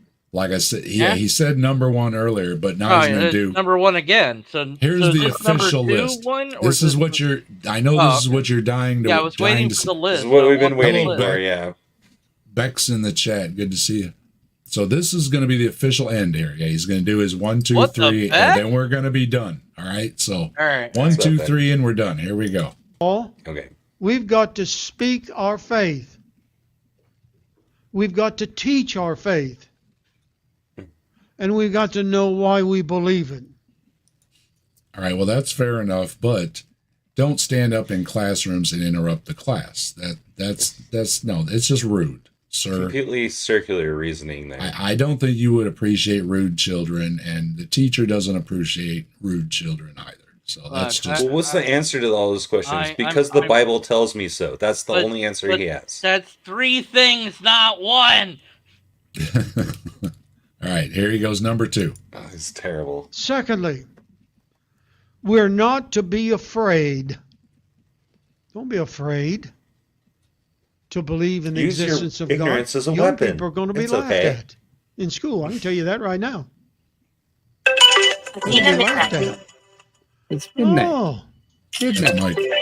Oh, you believe in fairy tales. Stop it, phone. You believe in fairy tales that are found in that book people call the Bible. Now, in all fairness, my boys, I just mentioned earlier in, I don't know who I was chatting with, but in one of the chat, I said that maybe it was this morning with Bree. My boys, they were talking about the discussion about God and religion and everything else. My boys both were asked why they didn't go to church. So I don't see where all these people are making fun of the kid going to church or anything, because even when you have the people that are more cultural Christians, like how I grew up, a lot of times the younger kids will go to church, they'll get baptized, some Sunday school and stuff. And then it might taper off, or they move, or something, whatever happens, or whatever. But there's still a lot of kids that are going to church. So I think this is a little bit exaggerated that the kids are getting made fun of because they go to church. I don't know anyone that I grew up in high school that never happened with me. Oh. Yeah. I say now, if he's talking about today, I don't think this 150-year-old gentleman is.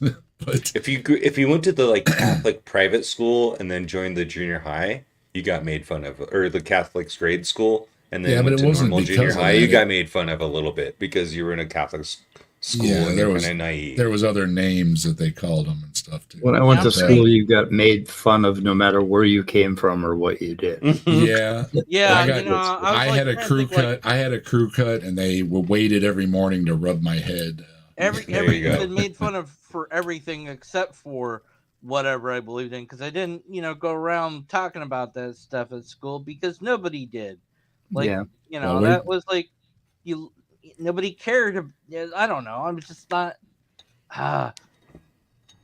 Yeah. I just don't.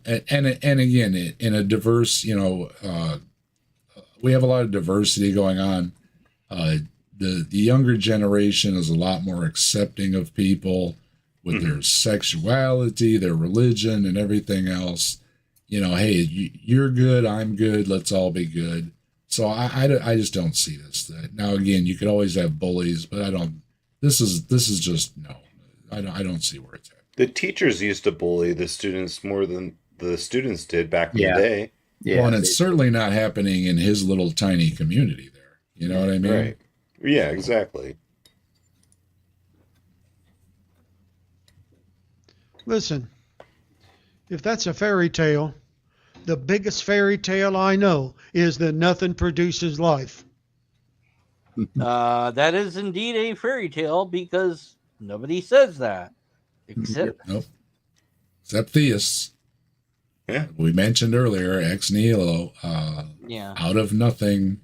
Yeah, I yelled at somebody and they happened to be in chat while I was complaining about their video. I was like, yeah, show me, in science. And I said, forget science. Even show me one scientist that says this in a peer-reviewed paper. It's like, oh, it's in this book. Try paper. Well, Stephen Hawking said that this in this paper. No, he didn't. He never said the word nothing in the paper. Now he could have said that's what the paper is talking about, but the paper itself never says the word nothing. And so the concept of nothing isn't in there. He can say the word all he wants, unless it's in the paper, it doesn't count.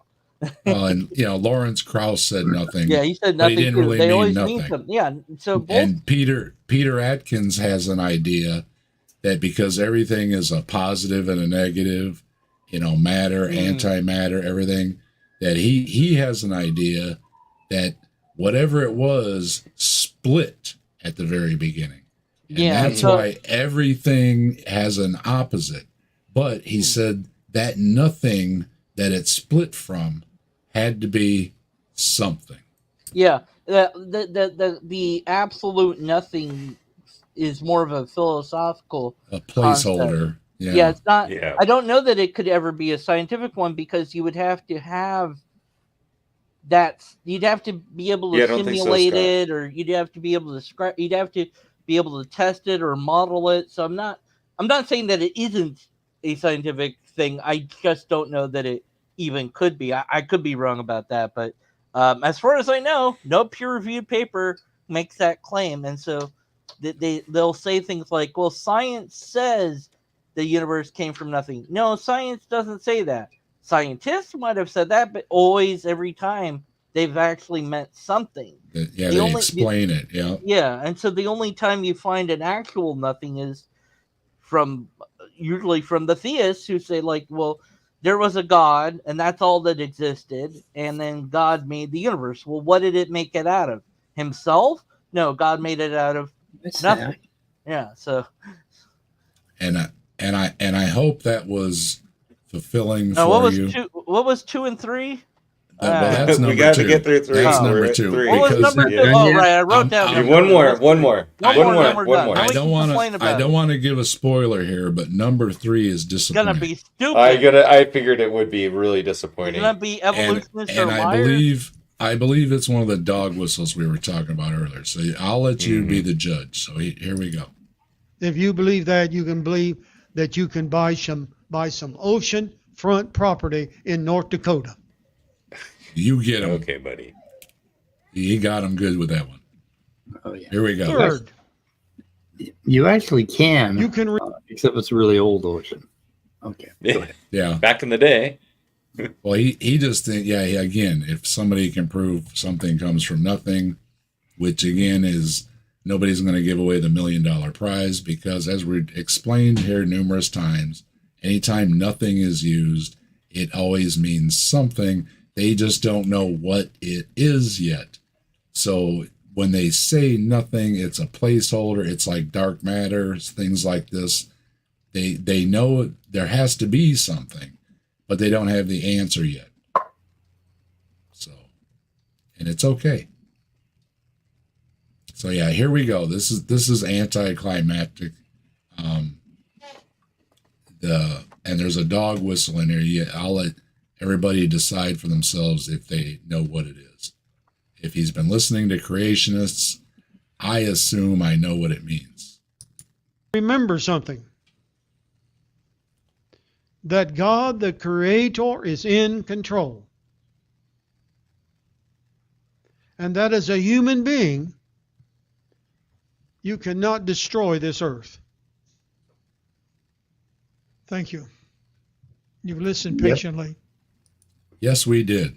Climate change. Wait, All did right, I get that so- right? So God is the creator, is Yes. in control, Yes. and that is a human being. You cannot destroy the earth, or did Right. No, as a human being, you can't destroy oh, it. As as hum- a human? we- Okay, that makes as a So human what- being you can't destroy the earth. Wait, what? What do you think he's talking We probably about? could though if we wanted What- to. If what we do really all- wanted what to. do all the Climate creation- change? What do all the creationists, another field of science, all the creationists deny? I'm Climate guessing change. kind of like climate change. Like so, There it as is. a human being, you can't destroy. That's- like That's yeah, what I'm as a hearing. climate change.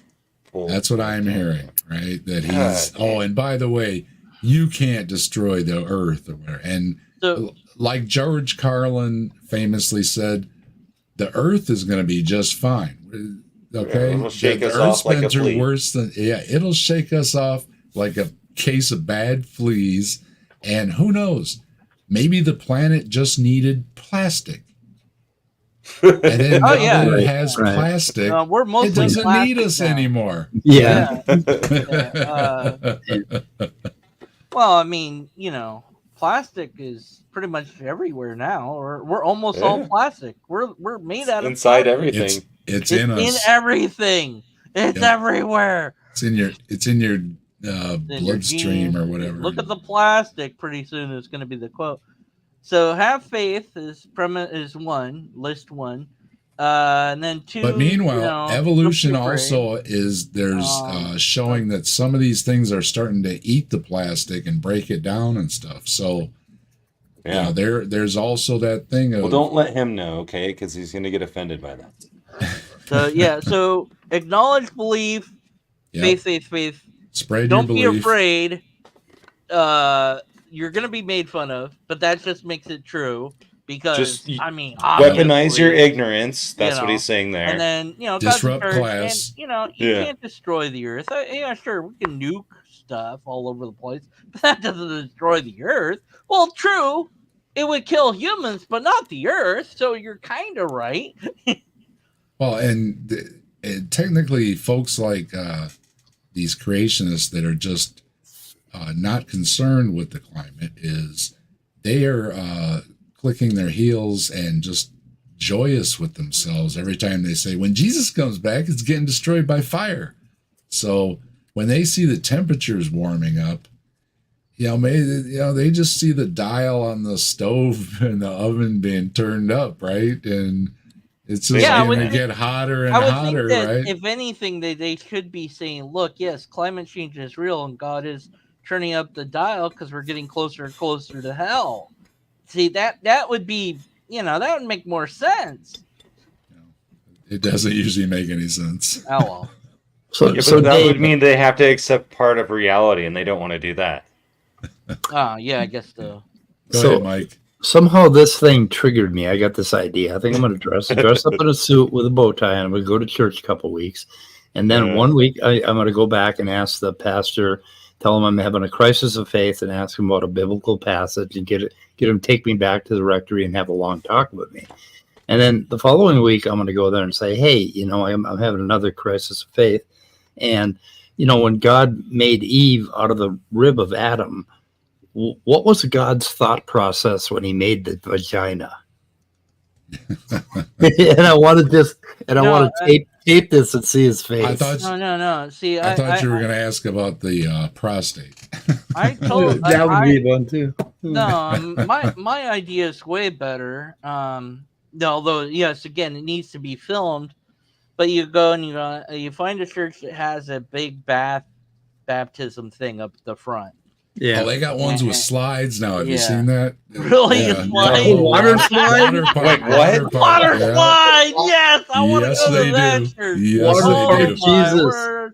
I will Absolutely. reconvert for that. Water slide church. You're the lookup.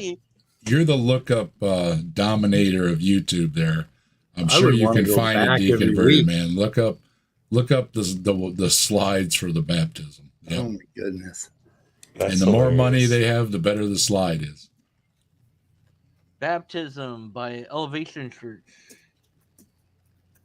So so generally though, we'll sum it up here and we'll wrap things up. Thanks everybody for joining. Thanks everybody in the chat. So many people stopped through and everything. I hope you had a few chuckles. This wasn't meant to be a serious science takedown or anything, even though I like to throw my little notes up and just make sure we are accurate as can be without putting in too much effort, because it was kind of silly, most of the things he said. He really doesn't like atheists.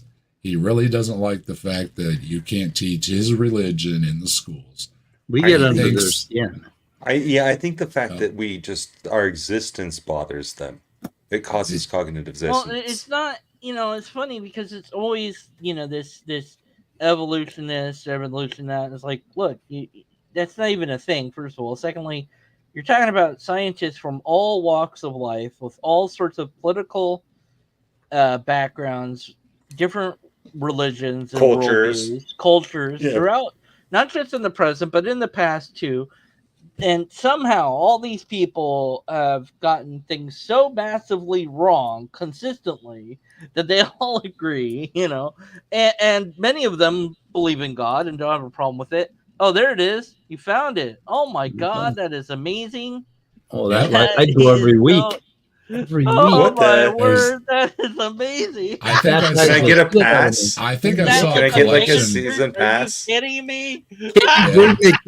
Can you bring the kids and the family? You get like the little bracelet. Is that what you get to go? Oh, this would piss people off in the South. What is that? What? What's happening? That's amazing. Real. That's Photoshop. Come on. No, I saw like a collection video. They had different ones from different places. So yeah, I was just looking at like Elevation Church. Is this fake news? Man? Yeah, Babylon B is not. Yeah, that's it. Okay. So yeah. Anyway, they did say. I think they did say that it was fake news. No, that's a little extravagant. The one I saw was more like kids. Yeah, that was a satirical. Down into the thing. Yeah, that's Babylon B. It's like a onion sort of thing. Oh, it's like onion. Yeah. Okay. Yeah. Let's see. Okay. The Evolution Church is a real house of worship, but doesn't. Yeah, no, they've water slide. Yeah, they've got them. No. They've got them. It's not that big a water slide. It's Okay, they said that it's a satirical concept originated from a joke on Babylon B. Yeah, I knew it. I knew it couldn't be real. I was like, no, that can't. No, come on. Maybe a little slide, sure, but they had a parking lot. Old people, there'd be no way. They had a parking lot set up where they had the Rubbermaid tubs, the same thing I used to hold my fish in when I was building my pond. 150-gallon job or whatever it is. They just set up in a parking lot and they were dunking them in the Rubbermaid tub. I'm showing my chat. How about that? Oh, my personal chat where I'm ordering things. Don't do that. I'm ordering things. And then let's see. He loves the fear of hell thing, and like we said, that's pretty awful to be telling kids. I think that's worse than teaching them about what biology is. So. That's horrible. Yeah. And of course, yeah, the evolutionist thing is just another silly thing because they don't want to say all the biologists are wrong because that just sounds silly, right? So they try to make it out that it's just the evolutionists. And again, biology is evolution. If you physiology and any of the natural sciences that have to do with life are a form of biology, and it's evolution. It's in the plants. It's in the animals. Because it doesn't say evolution every other word, like John pounds truth into your head in the Bible or something.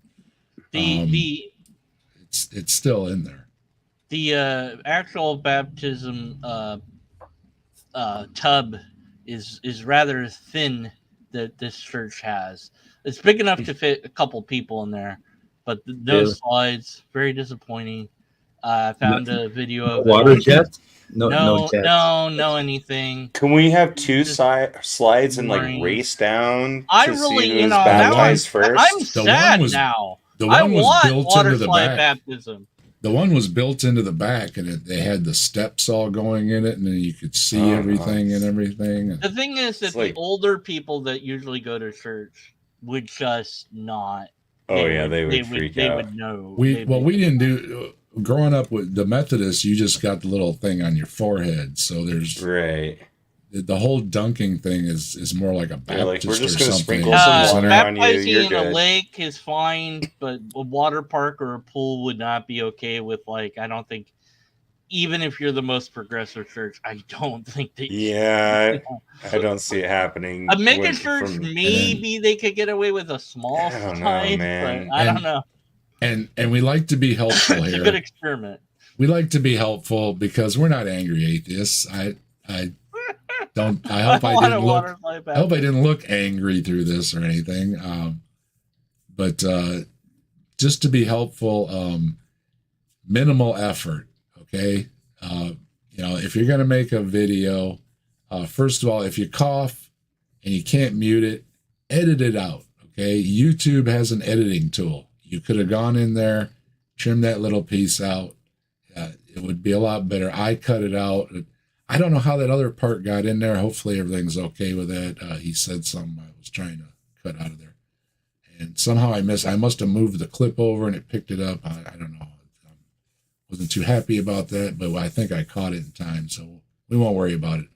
But it is kind of sad to me that there's only one website I know of that's religion and tries to do science as well.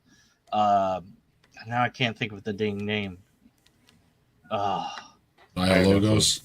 Yeah, Biologos. That's it. Thank you. Right. Yeah, and that's the only one. It's like there should be more because there should be more. There's a reason there's not. Well, there's not the money in it. There's not. Look, these guys are making. Hovind makes a lot of money for being a joke. Okay, he doesn't even try hard. Yeah, he's using a lapel mic that he's holding and talking into, right? Well, somebody's eating it up. I'm wonder what the ages of the demographics are at this point. But not there's he puts his hand out and people give him money. Now you step up, you've got Comfort and all the rest of them. They're making a cool couple million a year. You step up to the next level with Ken Ham with his huge organization. And Dan Phelps has been bringing up lately, Ken Ham is part owner in a jet. And this jet went to the Cayman Islands for 5 minutes. Now, I don't know about you, but if I had a jet and I flew to the Cayman Islands, I'd stay longer than 5 minutes. Yeah, long enough to make a deposit. 5 minutes is just long enough to hand somebody something, isn't it? Yeah. So did it go to any other island on that jet? I wonder. No, it went and came back. Oh, okay. So the flights are all public information, and Dan Phelps is the public information expert. Has he ever been called out on that, like publicly? He complains. Ken Ham complains that he's in No Class. Remember the movie, the airplane parody when they were in No Class. Yes. He always paints it out like he's packed into, fifth class in the airplane with the suitcases in his face and stuff. Yeah. And first of all, I don't think he flies. I think he flies probably first class because he's got the money. And second, he flies in his private jet probably, or he's someone part else's. owner. He's part owner in a Lear, and it's like, isn't that interesting? So there, but the big thing is, $100 million to build the ark. Okay, most of that was donations from big pockets, not the little people. And then he builds a building and another building and another building, and he buys buildings, and he's building a hotel, and he bought a model of Jerusalem or whatever it is from some failed park in Florida or something. He's building his own little So city he raised the money for the model, and then he said, oh, by the way, we don't have anywhere to put the model. So we need another so many $1 million, and he's got his thermometer thing, whatever you want to call it, on the web page there. We're here, we need this. Oh my God. Match this, match that, blah, blah, blah, blah. And there you go. A couple million, 10 million, 50 million, whatever. There it is. So that doesn't come from crazy folks giving him $5 and $10, right? It just doesn't. It just doesn't. What's happening, man? Are these live? Now they got it going on. Baptisms or vaccinations or whatever you want. The water park, maybe. I don't know. It's live. They got a pretty nice tub there. It's pretty nice little tub. That tub costs a bundle. What that tub cost? That guy's like, I've been lifting weights so I can go in the pool and. Well, they're going to try to drown this girl in the middle. Yeah, exactly. She don't look. They should probably get a doctor to check her out first. Yeah. And what else? And what else did he? What he finish with? Oh, are they? Wait, what? Using corn. Using the corn thing that you expect corn to grow when you plant corn. Corn we modified. They need to be careful how they point their arms here. I'm just saying. Corn man modified, and this is as bad an argument as when the banana man used the banana, and of course, because we modified the banana. These are not products of God; these are products of man. So when you plant that corn seed and you get some corn, that is a product of man's engineering. That is not natural. As Ray said, it's developed to go perfectly and fit in your mouth. And then the amazing atheist turned around and shoved one up his rear end. So. And corn kernels are designed perfectly to go up your 3-year-old's nose. Exactly. And we can't forget Matt Powell supposedly has a gigantic inflatable banana in his back. He came into my restaurant a few years back. This can't be substantiated. Matt Powell did. I had to serve him dinner one night. It's just something I heard. Killing her. Oh, she didn't drown. She's all better now. Yep, Jesus is. It's all washed away. Oh yeah, see, they got the nice steps and everything in that one. Yeah, the one they've got that built right into the backstage on the church. She looks way too young though. She shouldn't be being indoctrinated in this cult. She can't even think for herself yet. Be in the pool with these 15. Yeah. I always get the "Oh brother, where art thou?" where he comes out. He goes, "That's it, boys. I done had all my stuff washed away. Everything I done is gone. I'm a new man. I got a fresh start. All the pages were ripped out of that book and thrown away. Except for the people that you hurt. Doesn't matter. You got forgiven. Yeah. What do their t-shirts say? My mom pulled that crap on me. My mom was baptized like 3 different times, you know? Raised to life. I was like, it didn't stick the first time? What's the problem? Whatever the thing is. Water. And my mom was water. horrified that I didn't baptize any of my 3 kids. Oh, I'm sure. Yeah. I'm going to partially drown you. Ready? I 1. know, it's a little. Oh, he covered his nose. That's nice of him. I can't breathe. Oh my God. The Big Bang was not the sun exploding. We gotta repeat. Look at they're playing guitar back there. Oh, get in the water. Now, It's see, all- this would be a lot more interesting if the women all had to wear white shirts. He's singing the Baby Shark song, right? Oh, Dunk her already. Get her. Ken, Come on. Ken Ham does his 40 days where he has all the singers going on at his place.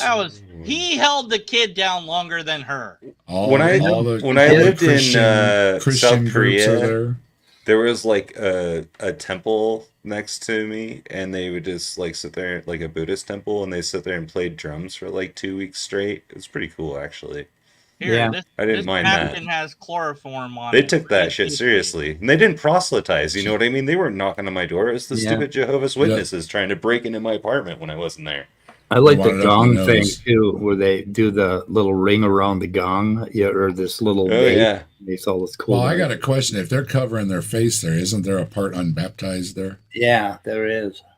Ain't getting baptized. Yeah, I was never approached by like a Buddhist nun or monk on the street. You could spot them, but they never approached me. We're like, "Hey, do you want to be a Buddhist nun?" I'm like, never happened. Can I dunk you in this used bathwater real quick? At least they mind their own business, is what I'm saying. You know? Did they bless this water? Is this holy water? How does this work? I don't remember anymore. Yeah. So you gotta be rinsed in the blood of Jesus. It's look like blood, looks like water. Yep. That's a lot of holy water. I guess they had vending machines like 2,000 years ago where you put in silver coins and you could buy holy water. Yeah. Sweet, dude. Now, Jesus blessed didn't care by like a priest or whatever. They do that on late night TV now. At least they're clean. But I mean, this is you want this piece of cloth? They were selling anointing oil. Wait, are they going to do 2 in 1 now? Yeah. And one of the women was kinky. standing up in the audience, and she said she got the anointing oil, and she put it on all her kids' sneakers. And I'm thinking, man, I bet that kid was mad that she put oil on all his sneakers. Yeah.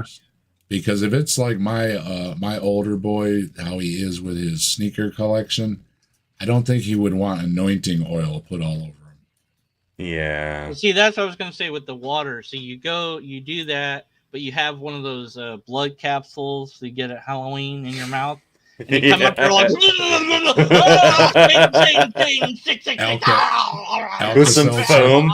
Yeah, some Alka-Seltzer. Oh, yeah, seltzer. An Alka-Seltzer in there. Alka-Seltzer. And you run off, and then you have somebody dressed in a devil suit run in after you. And you're both running around the church a little bit, then you run outside, and then the person holding the camera is just see what everybody does after you're gone, and they're not connected to you. They're just there. How many folks are grabbing their chest going? One day I'll do it. One day, Elizabeth, I'm coming to join you. I'm gonna go visit. We'll visit Blaster Master. We'll find a church and we'll do it in his area. I'm down. Far away from me. Far away from where I live. I'm gonna buy some anointing oil. Look at this on Amazon. You can buy it on Amazon for $20. Yay! Yeah. The hallelujah. Don't put it on your kids' sneakers though. That bad idea. Cause put it on my. Is it scented at least? No, I'm gonna put it on my wrinkly balls. No, man, you don't know where it's been. It's holy. That's true. It's holy. It's there's from some lyrics Jerusalem, man. There's some lyrics for the song. Out of icy hot. You will regret everything if you do it. It's from Jerusalem. It's probably made out of dead people from the Gaza Strip, right? That's how they make it. Oh my gosh, that's awful. Anyway, that is awful. That is another topic maybe we could cover. I don't know if it's enough to make a video out of, but there's a lot of people. Somebody mentioned pee, so it just got in my head. There's a lot of people that believe in drinking pee. Oh no! Yeah. The urine therapy. Yeah. Yeah. Okay, I better go. All right, see you guys later. Do you need to age it? Oh, the one No, of the no, no. ones It's in, supposed to be for young people. I have to go too, you guys. Yeah, Thanks for having me on, Dave. Bye. They take a shower in it from the bulls and stuff too. Yep. It's Hey, Ryan. all right. Ryan Blaster, Blaster Master, and Deconverted Man, and Mike. Thanks for joining. Yep. I hope it was fun. The guy is pretty entertaining, and I just couldn't resist because oh man, he was kind he of like had adorable such an because attitude. how like silly he is. You know, that's what I told Mike. I kind of want to like the guy. You know what I mean? Because he seems like a grandpa type and everything. That's just a little confused. And it's like, Grandpa, you know, you're out of your league. You ain't been to school for a long time, right? Things have advanced a whole lot, and maybe not talk about that, you know, so much, right? It's obvious that he quit school in 7th grade and had to go milk cows for a living. So he's that kind of a guy. And I had Otangelo on, and we agreed. We agreed. He agreed they were bad arguments, and then he said, "Okay, well, thanks for having me on, Dave." And off he went, and we didn't have any problems. How about that? He plugged his book. That's what he did. I did it. I'll, you know, you come on and you behave, I'll plug your book for you. It's all good. You got to be nice. I can be nice. You got to clip that part where you said that the sun exploded and created. I'll make a short out of that. That's the big boom. Okay. Big boom, the big bump. The big bump. Oh my all right. And, okay, guys. Well, thanks a lot. Right, I'm going to play. fellas. I made an outro. So I'm going to play my outro to go out with. And I'm going to get out of here. Everybody in the chat, y'all have a good one, and I'll see y'all around later. We'll see you.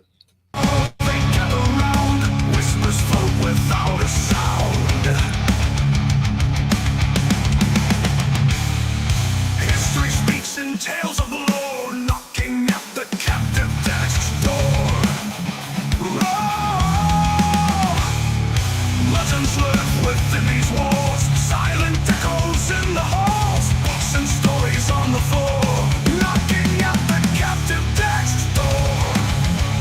Oh, captive desk, hold our dreams, where reality and no myth seems. In conversations quiet flow, the mysteries untold will know.